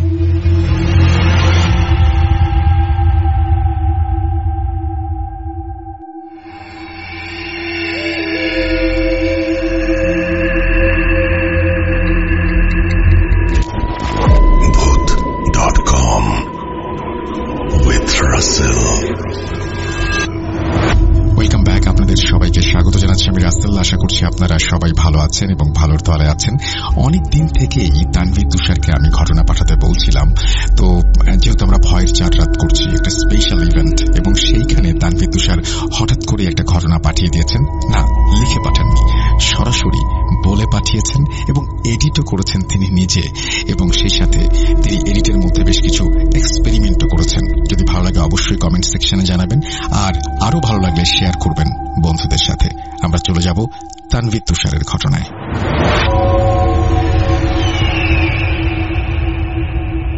আসসালামু আলাইকুম প্রিয় লিসেনার্স এবং রাসেল ভাইয়া। আমি তানভীর তুষার, food.com এর একজন মডারেটর এবং স্টোরি টেলার। তো আজকে আমি আপনাদের সাথে একটা ঘটনা শেয়ার করতে চলেছি। এটা আমাকে যিনি শেয়ার করছিলেন উনি এখন অনেকটাই বৃদ্ধ। তো যখন ওনার সাথে ঘটনাটা ঘটে তখন উনি যুবক বয়সে ছিলেন এবং নতুন বিবাহিত ছিলেন। তো ঘটনাটা এমন এক সময়ের যখন গ্রাম অঞ্চলে তেমন যানবাহন কোনো ব্যবস্থা ছিল না। ওনার ভাষ্যমতে তখন গ্রামের অধিকাংশ রাস্তা ছিল যে এক পাশে ফসলি জমি, অথবা দেখা যাচ্ছে যে দুই পাশেই জঙ্গল, মাঝখান দিয়ে রাস্তা, বা এক পাশে ফসলি জমি আবার অন্য পাশে জঙ্গল, এইরকম কিছু রাস্তাঘাট তখন ছিল। এবং গ্রামগুলো অনেক দূরে দূরে ছিল, মানে একটা গ্রাম থেকে অন্য গ্রাম অনেক দূরে ছিল, এবং বাড়ি ঘরও তেমন একটা ছিল না। তো ওই সময়ে যখন ঘটনাটা ওনার সাথে ঘটে তখন উনি ওনার গ্রাম থেকে বেশ কিছুটা দূরে একটা গঞ্জের হাট বসতো, তখন গঞ্জের হাট বলতো। এখন সাধারণত আমরা যেটাকে গ্রামের হাট বলি আর কি, সপ্তাহে যেমন শনিবার মঙ্গলবার এরকম কিছু হাট বসে এখনো গ্রামে, এইরকম একটা হাট বসতো ওনার গ্রাম থেকে বেশ অনেকটাই দূরে। তো ওই হাটে উনি সপ্তাহের একটা দিন ওই হাটে যেতেন, আর ওনার ওই হাট থেকে আবার ওনার শ্বশুরবাড়ি ছিল অনেকটাই কাছে। তো এমনই একদিন উনি ওনার বাড়ি থেকে সেই গঞ্জের হাটে যায়। তো গঞ্জের হাটে যেতে যেতে সেদিন কোনো একটা কাজে ওনার বিকেল হয়ে যায়। তো বিকেলের পরে উনি যেটা করে যে হাট থেকে আসতে বেশ সন্ধ্যার মতো হয়ে যায়। তো ওনার নতুন বিয়ে হয়েছিল এবং ওনার স্ত্রী তখন ওনার শ্বশুর বাড়িতে ছিলেন। তো উনি চিন্তা করলেন যে যেহেতু সন্ধ্যা হয়ে গেছে, আমি যদি এখন আমার গ্রামের পথ ধরি তাহলে অনেকটা পথ যেতে হয়তো গভীর রাত হয়ে যাবে। তো উনি চিন্তা করলেন তাহলে আমি যেহেতু শ্বশুর বাড়ির কাছে এবং আমার বউ শ্বশুর বাড়িতেই আছে, তো আমি শ্বশুর বাড়ির দিকেই যাই। তো একটা কথা বলে রাখা ভালো যে উনি আমাকে বলছিলেন যে তখন গ্রামগঞ্জে যে যাতায়াত ব্যবস্থাটা ছিল এটা ছিল হচ্ছে দুইটা বিশেষ যানবাহন তখন চলাচল করতো। একটা হচ্ছে গরুর গাড়ি আর একটা হচ্ছে এক্কা ঘোড়ার গাড়ি। এক্কা ঘোড়ার গাড়ি বলতে আসলে যে গরুর গাড়ির মতোই পিছনে ছিল, কিন্তু একটা ঘোড়া দিয়ে সেই গাড়িটা চলতো আর কি। তো এইটা গরুর গাড়ির চাইতে একটু দ্রুতগামী ছিল আর কি, এই জন্য অনেক জায়গায় পণ্য পরিবহনের ক্ষেত্রেও দেখা যায় যে ওই এক্কা ঘোড়ার গাড়িগুলো ব্যবহার করা হতো। তো উনি হাট শেষ করে সিদ্ধান্ত নিল যে ঠিক আছে উনি শ্বশুর বাড়িতেই যাবে। তো যেহেতু নতুন বিয়ে হয়েছে এবং শ্বশুর বাড়ির রাস্তাঘাটও উনি ওইভাবে চিনেন, তো হাট থেকে দেখে যে ওনার শ্বশুর বাড়ির দিকে যে রাস্তাটা চলে গেছে ওই দিক দিয়ে বেশ অনেক মানুষ তখন হাঁটা শুরু করছে। তো উনি সবার সাথে হাঁটতেছিল। তো একটা পর্যায়ে এসে একটা রাস্তার বাঁক আছে এবং ওই বাঁকে তিনটা রাস্তা আছে, 3 রাস্তার বাঁক। তো দেখা যায় অধিকাংশ মানুষ ডান দিকের একটা বাঁক ধরে চলে যাচ্ছে। তো ওনার শ্বশুর বাড়ি যাওয়ার রাস্তাটা সোজা সামনে দিয়ে একটা ফসলি জমির মাঝে দিয়ে চলে গেছে, যে এক পাশে জমি আর এক পাশে হচ্ছে কিছু বড় বড় শাল মানে গাছ ছিল, যেটা বলে শাল বন বলে আর কি। তো শাল বনের মতো কিছু গাছ ছিল। তো উনি চিন্তা করে যে তখন সন্ধ্যা পেরিয়ে অনেকটা রাত হয়ে গেছে। তো উনি চিন্তা করে যে ঠিক আছে আমি তো শ্বশুর বাড়ি যাচ্ছি, কাছেই তো রাস্তা, বেশি দূরে না, তো একা একা কোনো সমস্যা নেই। তো উনি ছোটবেলা থেকেই আমাকে যেটা বলে যে খুব একটা সাহসী মানুষ উনি ছিলেন না, মানে কিছুটা ভয় ওনার মধ্যে ছিল। আর এই জঙ্গল বেষ্টিত অচেনা জায়গায় উনি স্বাভাবিকভাবেই একটু ভয় পাচ্ছিলেন। তো উনি তারপরেও সাহস করে হাঁটা শুরু করেন, যেহেতু এখন আর অন্য কোথাও যাওয়ার মতো কোনো উপায় নেই তাকে হয় তার বাড়িতে আসতে হবে না শ্বশুর বাড়ি যেতে হবে। তো উনি শ্বশুর বাড়ি হাঁটা দেয়। তো ফসলের জমির মাঝখান দিয়ে যে রাস্তা ওটা দিয়ে যাচ্ছিল এবং তখন আকাশে চাঁদ ছিল এবং চাঁদের আলো ছিল। আর ওই সময়টাতে একটা হঠাৎ করে দেখা যায় একটা কালো মেঘের মতো তৈরি হচ্ছিল আকাশে। তো ওই মেঘটা বারবার চাঁদকে ঢেকে দিচ্ছে, আবার একটু পর চাঁদের আলো আসতেছে, আবার মেঘে ঢেকে দিচ্ছে। তো দূরে কোথাও দেখা যাচ্ছে যে হঠাৎ একটু বিদ্যুতের ঝলকানি দেখা যাচ্ছে আকাশের, আর রাস্তার পাশে ঝিঝি পোকা ডাকতেছে এবং সেই সাথে বিভিন্ন ব্যাঙের আওয়াজ উনি পাচ্ছিল এবং একটা ঠান্ডা বাতাস ওনার মুখে এসে লাগতেছে। তো উনি ব্যাপারটাকে মানে আরো বেশি ভয় পাওয়া শুরু করে যে এই সময় যদি এখানে বৃষ্টি আসে, আমি যেহেতু চিনিও না কোনো কিছু, তাহলে তো আরো বিপদ হয়ে যাবে। তো উনি তখন দ্রুত পা চালানো শুরু করে। একটা পর্যায়ে উনি প্রায় ফসলি জমির মাঠ থেকে কিছুটা ভিতরে চলে গেছে। তখন হঠাৎ করে এক পাশে হচ্ছে ওনার ডোবা, পচা ডোবা বলে যে গ্রামে, আর সেই পচা ডোবাগুলো শুরু হয়েছে এক পাশে, আরেক পাশে ছোট ছোট কিছু জঙ্গল টাইপের গাছ আর কি। তো উনি ওই রাস্তা দিয়ে যখন যাচ্ছে তখন হঠাৎ ওনার মনে হলো যে পিছনে কিছু একটা দৌড়ে আসতেছে, বা এরকম একটা হালকা মৃদু সাউন্ড ওনার কানে আসতেছে। তো আস্তে আস্তে শব্দটা বেশ জোরালো হয়ে ওনার কানের দিকে আসতেছে। তো উনি তখন মাটির রাস্তা যেহেতু ছিল, তো শব্দটা বেশ ভালোই শোনা যাচ্ছিল তখন। তো উনি পিছনে তাকানোর পরে দেখে যে একটা ঘোড়ার গাড়ির মতো কিছু একটা ওনার দিকে বেশ দ্রুত বেগে ছুটে আসতেছে। উনি রাস্তার এক পাশে দাঁড়ানোর পরে দেখেন যে ওই ঘোড়ার গাড়িটা ওনার সামনে এসে দাঁড়ায়। তো ঘোড়ার গাড়িতে একটা ঘোড়ার গাড়ি, আমি যেটা আগে বললাম যে একটা ঘোড়া এবং পিছনে ছই দেয় একটা হচ্ছে গাড়ি ওইটাতে যুক্ত ছিল আর কি। তো ওই ঘোড়ার গাড়িতে একজন গারোয়ান বসে গাড়ি চালাচ্ছিল। তো গারোয়ানটার বয়স খুব বেশি না ওনার ভাষ্যমতে, উনি মাঝ বয়সী ছিলেন। তো ওই গাড়োয়ানটা ওনার সামনে এসে ওই ঘোড়ার গাড়িটা দাঁড় করানোর পরে ওনাকে বলেন যে ভাই আপনি এত রাতে এইদিকে কই যাচ্ছেন? তো উনি তখন বলে যে আমি আসলে এই গঞ্জের হাটে গেছিলাম, তো ওইখানে যাওয়ার পরে রাত হয়ে গেছে আমার শ্বশুর বাড়ির সামনে, এইখানে মানে গ্রামের নামটা উনি বলে যে আমি এই গ্রামে যাচ্ছিলাম। তখন ঘোড়ার গাড়ির ওই চালক বলে যে ঠিক আছে, আকাশের অবস্থা তো খুব একটা ভালো না, মনে হয় যে একটু পরেই বৃষ্টি আসবে, তো আপনি চাইলে আমার ঘোড়ার গাড়িতে উঠতে পারেন, আমি ওই গ্রামের দিকেই যাব, তবে ঠিক গ্রামে যাবো না, তার একটু আগে আপনাকে নামাই দিয়ে আমি অন্যদিকে চলে যাবো, আপনি যদি চান তাহলে আমার সাথে আসতে পারেন। তো উনি তখন মনে করলেন যে ঠিক আছে, আকাশের অবস্থা যেহেতু এইরকম খারাপ, তাহলে আমি গাড়িতে যদি উঠে যাই তাহলে তাড়াতাড়ি বৃষ্টি আসার আগে আমি পৌঁছে যাবো। তো উনি তখন গাড়িতে উঠে বসে। তো উঠে বসার পরে যখন গাড়ি চালানো শুরু করে, তো গাড়িটা দুলতে দুলতে চলতে থাকে, যেহেতু মাটির রাস্তা। তো একটা পর্যায়ে ওনার দোলনিতে একটু ঘুমের ভাব চলে আসে। তারপরে উনি গাড়োয়ানের সাথে অনেকগুলো কথা বলার ট্রাই করেন যে আপনার বাড়ি কোথায় বা আপনি কি গঞ্জে গেছিলেন কিনা। তো গাড়োয়ান তেমন কোনো কথার উত্তর দিচ্ছিল না, শুধু সে তার মতো গাড়ি চালাচ্ছিল। তো একটা পর্যায়ে দুলনিতে ওনার বেশ অনেকটাই ঘুমের ভাব চলে আসে। তো উনি মাঝে মাঝে ঝিমোচ্ছিলেন, যে ঘুমায় পড়তেছেন আবার জেগে উঠতেছেন, এইরকম হচ্ছে।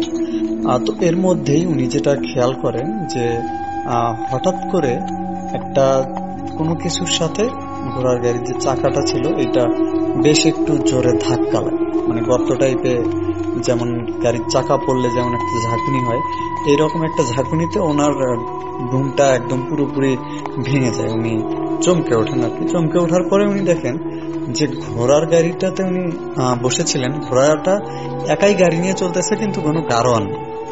এই ব্যাপারটা উনি দেখার পরে বেশ ভয় পেয়ে যান যে কি ব্যাপার, আমি তো ঘোড়ার গাড়িতে ছিলাম, ঘোড়ার গাড়ি এতক্ষণ চলতেছিল, গাড়োয়ান ছিল, হঠাৎ গাড়োয়ান কই চলে গেল এবং ঘোড়াটা একাই চলতেছিল। তো ওনার অবশ্য আবার এই ঘোড়ার গাড়ি চালানো বা ঘোড়া চালানোর মতো কোনো অভিজ্ঞতা ছিল না। তো উনি এই ব্যাপারটাকে বেশ ভয় পেয়ে যায় যে এই ঘোড়ার গাড়োয়ান আবার কই নেমে গেল, এখন ঘোড়া আমাকে নিয়ে কই যাচ্ছে, আমি তো রাস্তাঘাটও কিছু চিনতেছি না, আমি তো ছয়ের নিচে বসে আছি। তো উনি যেটা করে, উনি ঘোড়ার গাড়ির পিছনের দিকে একটু চলে আসে, আর যেদিক দিয়ে গাড়িতে ওঠা বা নামা করা হয়। তো ওখানে উনি আসার পরে উনি জোরে জোরে ডাক দেন গাড়োয়ানকে, দেখে যে না, কোথাও কোনো মানুষের চিহ্ন নেই, ঘোড়া একাই যাচ্ছে। উনি যখন ডাকাডাকি শুরু করেন তখন একটা অস্বাভাবিক ব্যাপার খেয়াল করেন যে ঘোড়াটা তখন আর রাস্তায় নেই, রাস্তা থেকে একটা মানে ছোট ছোট ঘাসের ফসলি মাঠের মতো কিছু একটা, বা যে জঙ্গলের মধ্যে, বড় বড় জঙ্গলের মধ্যে যে ছোট ছোট গাছ থাকে, জঙ্গল টাইপের হাঁটু সমান হয় আর কি, ওই রকম জঙ্গলার ভিতর দিয়ে ঘোড়ার গাড়িটা তখন ছুটে চলছে। উনি তখন যত জোরে ডাকতেছে, ঘোড়াও তত একটা শব্দ করে, মানে ঘোড়া যেভাবে ডাকে সেভাবে ডেকে ঘোড়াও তখন আরো জোরে ছোটা শুরু করে। তো উনি তখন দেখতেছে ঘোড়া ওনাকে কই নিয়ে যাচ্ছে বা কোথায় যাচ্ছে কিছুই জানে না। উনি তখন ভয়ে ঘোড়ার গাড়ি থেকে লাফ দিয়ে নিচে পড়ে। তো উনি যখন লাফ দিয়ে নিচে পড়ার পরে দেখে যে ঘোড়ার গাড়িটা একদম ছুটে মাঠের মধ্যে অদৃশ্য হয়ে যায়, ওনার চোখের বাইরে চলে যায় আর কি। তো আকাশে তখনও মেঘ এবং বাইরে ওই মেঘ দিয়ে চাঁদ ঢেকে যাচ্ছে, আবার চাঁদ বের হচ্ছে, এইরকম একটা আলো ছায়ার মতো একটা খেলা চলছে। তখন উনি যখন উঠে শরীর ঝেড়ে ঝুড়ে বসে, তখন দেখে যে ওনার একটু দূরে একটা পাকুর গাছ উনি দেখতে পায়। তো চাঁদের আলোয় উনি বুঝতে পারে পাকুর গাছ, কারণ পাকুর গাছের পাতা, যারা দেখেছে আর কি তারা জানে যে পাতা একটু লেজের মতো আছে। তো উনি ওইটা দেখে বলছে যে এটা পাকুর গাছ, এবং বাতাসে সেই পাকুর গাছগুলো পাতাগুলো নড়তেছিল, আর সেই সাথে ঝিঝি পোকার ডাক এবং অনবরত ব্যাঙের একটা ডাক, বাতাসের শব্দ, এরকম কিছু একটা ওনার কানে ভেসে আসে। চারপাশটা খুবই নিস্তব্ধ ছিল, কিন্তু এই শব্দগুলো ওনাকে আরো বেশি ভয় ধরিয়ে ফেলছিল। তো উনি উঠে তখন পাকুর গাছের দিকে যায়, যে বোঝার চেষ্টা করে যে আসলে উনি কোথায় আসছে বা এই জায়গাটা কোথায়। তো তারপরে দেখে যে ওই জায়গাটা একটা দ্বীপের মতো, রাস্তা অনেকটা দূরে, উনি চাঁদের আলোয় মাটির রাস্তাটা সাদা সাদা দেখতেছে বেশ খানিকটা দূরে, আর রাস্তাটা একটা আলপথের মতো নেমে আসছে, কিন্তু যে পথটা নেমে আসছে ওটাও বেশ চওড়া আর কি, ওই জঙ্গল টাইপের।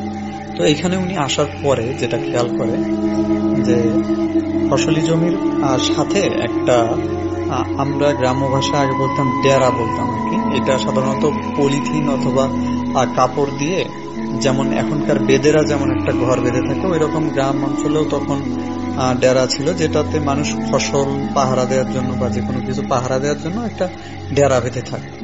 ওই রকম একটা ডেরা উনি দেখে যে পাকুড় গাছ থেকে কিছুটা দূরে একটা ফাঁকা জায়গায় এবং ওই মাঠের এক কর্নারে ওই ডেরাটা পোতা আছে। উনি চিন্তা করে যে কি ব্যাপারে এখানে আবার ডেরা আছে, তার মানে এখানে তো লোকও আছে। তো উনি ডাকার চেষ্টা করে যে ভাই কেউ আছেন কিনা, তো কোনো সারা শব্দ পায় না। এর মধ্যে যেটা হয় যে হঠাৎ করে মানে একটা কোথাও কাছে কোথাও একটা বাজ পড়ার শব্দ, উনি চমকে ওঠে বাজ পড়ার শব্দে। চমকে ওঠার পরে ওনার খেয়াল হয় যে আকাশে মানে মেঘ বেশ কালো হয়ে ঘনে আসতেছে এবং এর মধ্যেই একটা ঠান্ডা দমকা বাতাস ওনার শরীরে লাগে। তো এর মধ্যে বুঝতে পারে যে হয়তো দূরে কোথাও বৃষ্টি হচ্ছে এবং সেই বাতাসটাই ঠান্ডা হয়ে ওনার শরীরে এসে লাগতেছে। উনি চিন্তা করে যে এখন যদি বৃষ্টি আসে তাহলে ওই ডেরার মধ্যেই তাকে ঢুকতে হবে, তাছাড়া তো আশেপাশে ওইভাবে আর কোনো কিছু উনি দেখতেছেন। তো উনি যখন ডেরাটার কাছে চলে আসার পরে উনি ডাকাডাকি করে, তারপরে লোকজনকে যদি কেউ থাকে উঠে দিয়ে দেখে চারপাশে, কিন্তু ওইভাবে অন্ধকারও যেহেতু ঘনিয়ে আসছে উনি কোথাও কাউকে দেখতে পাচ্ছিল না। এর মধ্যেই ওনার শরীরে কয়েক ফোঁটা বৃষ্টির পানি পড়া শুরু করে। উনি তখন ডেরার মধ্যে ঢুকে দেখে যে না, এখানে কিছু ঘর বিছানো আছে আর কি, যেমনটা মানুষ সাধারণত ডেরার মেঝেতে করে রাখে যে শোয়ার জন্য অথবা বসার জন্য কিছু খড় ছিটায় রাখে। তো তার উপরে কাঁথা বিছায় ওইখানে থাকে। কাঁথা ছিল না, তবে খড় বিছানো ছিল। তো উনি ওই খড়ের মধ্যে যে বসে, এর মধ্যেই বাহিরে তুমুল বেগে বৃষ্টি শুরু হয়ে যায় এবং এই ডেরার যে উপরে যে পলি বা কাপড় টাইপ যেটা ছিল তার উপরে বৃষ্টির ফোঁটার যে ঝমঝম শব্দ, এটা উনি তখন ভিতরে বসে শুনতে পাচ্ছেন। এর মধ্যেই হঠাৎ ওনার খেয়াল হয় যে দূরে একটা কোথাও ঠিক পেঁচা ডেকে উঠতেছে। তো তখন গ্রামের মানুষ এই পেঁচা রাত্রেবেলা ডাকার যে ব্যাপারটা, এটাকে অনেকেই কুসংস্কারচ্ছন্ন হয়ে বলতো যে এটা অশুভ একটা লক্ষণ। তো অনেকেই এই জিনিসটা এড়িয়ে চলতো, বা পেঁচা যদি কারো বাড়িতে ডাকতো অনেকে এটা খুব ভালোভাবে নিত না এবং ভয়ের একটা প্রতীক ছিল তখন। তো ওনার ওই পেঁচার ডাকটা খুব ভয় লাগে। আরো আমি যেহেতু আগেই বলছিলাম উনি অনেকটা ভীতু প্রকৃতির মানুষ ছিল, তো পেঁচার ডাকটাও ওনার কাছে অনেকটা ভয় লাগা শুরু করে। এর মধ্যেই উনি খেয়াল করে যে ওনার চারপাশে কিছু একটা খসখস করে বেড়াচ্ছে এবং হঠাৎ করে একটা শেয়াল ডেকে ওঠে খুব কাছে এবং তার সাথে সাথে আরো কয়েকটা শেয়াল ডেকে ওঠে। তো পেঁচার ডাকটাও পেঁচার পাখির ঝাপটানোর শব্দ হচ্ছে এবং সেটা আশেপাশেই কোথাও আরো করুণ ভাবে ডাকতেছে। এই শব্দতে উনি অনেকটা ভয় পেয়ে যায় যে আসলে এখানে কি হচ্ছে, বৃষ্টির মধ্যে শিয়াল এভাবে ডাকতেছে আবার পেঁচা ডাকতেছে, এটা তো অনেকটা ওনার কাছে খুব ভয়ানক ব্যাপার লাগে যে তারা তো এই বৃষ্টির মধ্যে বের হওয়ার কথা না। উনি তখন দেখার জন্য ওই যে ডেরার মধ্যে ছিল ওই ডেরার মধ্যে থেকে মাথাটা বের করে, তো বাইরে অনেকটাই অন্ধকার ছিল তখন। তো এর মধ্যে উনি কয়েকবার খেয়াল করে যে বাইরে বাজ পড়তেছে এবং সেই সাথে ওই যে বিদ্যুৎ চমকানোর যে আলোটা এটা হচ্ছে মাঝে মাঝে। উনি যখন মাথাটা বের করে দেয় দেখার জন্য, হঠাৎ ওই বিদ্যুৎ চমকানোর আলোয় উনি দেখেন যে ওনার ডেরা থেকে বেশ কয়েক হাত দূরে ওই পাকুড় গাছের পাশে একটা সাদা কিছু একটা দাঁড়ায় আছে। উনি এটা হঠাৎ করে চোখে কয়েক সেকেন্ডের জন্য দেখে বেশ ভয় পেয়ে যায় এবং মনে করে যে এটা হয়তো চোখের ভুল, যে হঠাৎ আলোতে কিছু একটা উনি দেখছেন। এর মধ্যেই আবার উনি খেয়াল করেন কিছুক্ষণ পর আবার একটা বাজ পড়ে এবং সব মানে ওই আলোতে উনি দেখেন যে স্পষ্ট দেখেন যে না কোনো একটা অবয়ব যেটা একদম সাদা সেটা ওখানে দাঁড়ায় আছে গাছের নিচে। তো উনি এবার বেশ ভয় পাওয়া শুরু করেন। ততক্ষণে পেঁচাটাও আরো জোরে ডাকা শুরু করছে আর কি। এর মধ্যেই আবার কিছুক্ষণ পরে যখন আবার বাজ পড়ে সেই আলোর ঝলকানিটা চলে আসে, তখন উনি দেখেন যে ওই সাদা অবয়বটা একটু কাছে চলে আসছে ওনার ডেরা।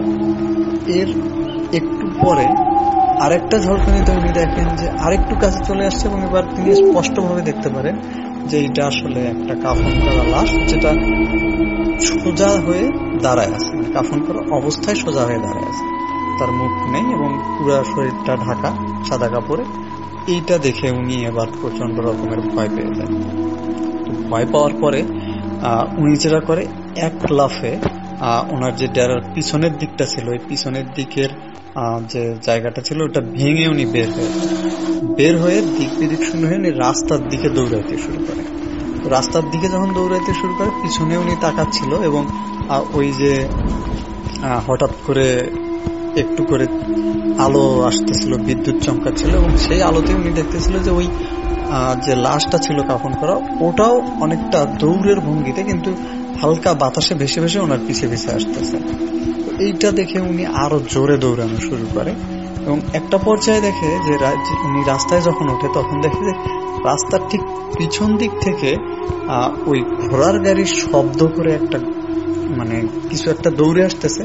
উনি অনেকটা দেখতে পারেন কাছে আসলে যে ওটা একটা ঘোড়া এবং ওই ঘোড়াটার সমস্ত শরীরে আগুন জ্বলতেছে এবং ঘোড়াটার ওই আগুন জ্বালানো অবস্থা ওনার পিছে পিছে দৌড়ানো শুরু করে এবং উনি এক পাশে দেখে যে ওই কাফন করা লাশটা ওনার পিছনে পিছনে ভেসে আসতেছে। তো উনি আরো জোরে দৌড়ানো শুরু করে। তো একটা পর্যায়ে উনি পা পিছলে রাস্তার উপরে পড়ে যায়, যেহেতু বৃষ্টি পড়তেছিল তখনও। তো পড়ে যাওয়ার পরে হঠাৎ করে দেখে যে ঘোড়াটা আগুন জ্বলা অবস্থায় মানে অনেকটা জোরে দৌড়ে ওই গাড়িটা সহ ওনার কাছে চলে আসে এবং ওই যে কাফন করা লাশটা ছিল ওই লাশটা হঠাৎ করে ওই ঘোড়ার গাড়ির উপরে লাফ দিয়ে উঠে যায় কাফন করা অবস্থা। এইটা দেখে উনি প্রায় ছেঁচড়াইতে অনেকটা যে আবার উঠে দৌড়ানো শুরু করেন। এর মধ্যেই হঠাৎ একটা বাজ পড়ে এবং বাজ পড়ার পরে উনি পিছনের দিকে তাকায় দেখে যে ওখানে আর কিছু নেই। উনি ততক্ষণে আরো জোরে দৌড়ানো শুরু করে সামনের দিকে। দৌড়াইতে উনি সামনে মানে ওই বিদ্যুতের চমকানোর আলোতে একটা কুড়ে ঘর টাইপের কিছু একটা দেখতে পায়, যেমন হচ্ছে ছনের আগে যেমন ছিল সেই ছনের চালা এবং পাটকাঠির দেয়াল ছিল, সেটাতে মাটিতে লেপা ছিল পাটকাঠির উপরে। তো এইরকম কিছু একটা ওনার নজরে আসে। উনি তখন দৌড়ে ওখানে চলে যায়। তো চলে যাওয়ার পরে উনি ওই বাড়ির দরজায় জোরে জোরে টোকা দিতে থাকে এবং ডাকতে থাকে যে কেউ আছে কিনা বাড়িতে। তো তখনই হঠাৎ করে কিছুক্ষণ ডাকার পরে একটা বৃদ্ধ লোক উনি রুমের দরজাটা খুলে বলে যে কি ব্যাপার, আপনি কে, এত রাতে এখানে কেন? তো উনি তখন বলে যে আমি গঞ্জ থেকে আমার শ্বশুর বাড়ি যাচ্ছিলাম, প্রতিমধ্যে আমার পিছনে কিছু একটা পিছু নিছে এবং ভয়ানক কিছু, আমি সেই তাড়া খেয়ে এখানে আসি। তখন বৃদ্ধ লোকটা ওনাকে রুমের মধ্যে নেয় এবং কিছু শুকনা কাপড় দেয়, ওনাকে গামছা দেয় গামছার জন্য। তারপরে উনি ওই বৃদ্ধ লোকটাকে বিস্তারিত খুলে বলে যে এইরকম অবস্থা। ওই বৃদ্ধ লোকটা তখন ওনাকে বলে যে তুমি তাহলে সম্ভবত বাসের আলীর খপ্পরে পড়ছে। তো ইনি অনেকটা অবাক হয়ে জিজ্ঞেস করে আসলে বাসের আলীর খপ্পরে মানে? তখন ওই বৃদ্ধ লোকটা বলে যে আমাদের এই গ্রামে একজন এক্কা গাড়ি চালক ছিল, অনেক আগে থেকে উনি ঘোড়ার গাড়ি চালাতো, বিশেষ করে গঞ্জের হাটে যে কোনো জিনিসপত্র বা মানুষ নিয়ে যাওয়া বা হাট থেকে কিছু নিয়ে আসা এরকম কাজ করত। এরকম বর্ষার একটা দিনে উনি রাত্রেবেলা গঞ্জ থেকে ফেরার সময় উনি একাই ছিলেন এক্কা গাড়িতে, ঘোড়া নিয়ে আসার সময় হঠাৎ রাস্তার মধ্যে একটা বাজ পড়ে উনি সহ ওনার ঘোড়া রাস্তার পাশে মরে পড়েছিল। তো সকালে গ্রামের মানুষজন রাস্তা দিয়ে হেঁটে যেতে ওনাকে দেখে পড়ে থাকতে। এরপরে আসলে তুমি যে বট গাছে মানে পাকুর গাছের কথাটা বললে, সেই পাকুর গাছটা আসলে একটা কবরস্থান ওখানে পাশে। তো ওই কবরস্থানে ওই বাসের আলীকে কবর দেয়া হয় এবং শোনা যায় যে ওনার ঘোড়াটাকে ওই কবরস্থানের পাশে কোথাও পুঁতে ফেলা হয় আর কি। তারপর থেকেই অনেকেই এরকম ঝড়ের রাতে, গভীর রাতে যদি কেউ একা আসে তাহলে ওনাকে এবং ওনার ঘোড়াটাকে অনেকেই দেখে। তো তুমি হয়তো একা আসছো এবং জানো না, নতুন মানুষ, এই জন্য তুমিও এই জিনিসটার সাথে তোমার দেখা হয়েছে, যেহেতু আজকে রাতে এরকম একটা বর্ষা চলতেছিল। আর আমাদের গ্রামের লোকজন সাধারণত একা ওই রাস্তায় কেউ রাতে আসে না। আর তোমার ভাগ্য ভালো যে তুমি ওই গাড়িতে চড়েছিলে এবং তুমি বেঁচে ফিরতে পারছো, কারণ এর আগেও দুজনের এরকম হয়েছিল, তাদেরকেও মৃত অবস্থায় ওই পাকুর গাছের নিচে পাওয়া যায়। আসলে তারা কেন পাকুর গাছের নিচে যে মরেছিল এটা কেউ জানে না, তবে তাদেরকে কি সেই বাসের আলীর ঘোড়াই নিয়ে গেছিল কিনা এটাও এখনো একটা রহস্য সবার কাছে। কিন্তু তুমি বেঁচে আসছো তাতে তোমার ভাগ্য ভালো, এটাই বলতে হয়। তো উনি তখন ওই রাতটা বৃদ্ধের বাড়িতেই কাটায় এবং সকালবেলা ওনার প্রচন্ড কাঁপুনি দিয়ে জ্বর আসে। তারপরে ওনার শ্বশুর বাড়িতে খবর দেয়া হয় ওই বৃদ্ধ লোক কারো মাধ্যমে ওনার শ্বশুরবাড়িতে খবর দেয় এবং ওনাকে এসে তারা নিয়ে যায়।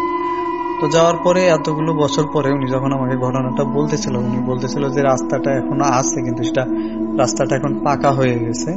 আর ওই যে কবরস্থানটা ছিল, ওই কবরস্থানটা এখন পরিত্যক্ত, ওখানে এখন আর কাউকে কবর দেওয়া হয় না, বা কবর যা আগে ছিল এই চিহ্নগুলো অনেকটা মিশে গেছে। পাকুর গাছটা সেখানে আর নেই, ওইটা কেটে ফেলা হয়েছে।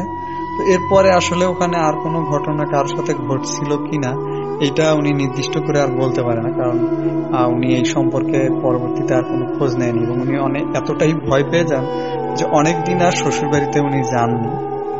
তো যাই হোক, এই ছিল ওনার ঘটনা। ওনার ওয়াইফ বর্তমানে বেঁচে নেই, তো তার জন্য সবাই দোয়া করবেন এবং উনিও বেশ অনেকটা অসুস্থ, ওনার জন্য সবাই দোয়া করবেন।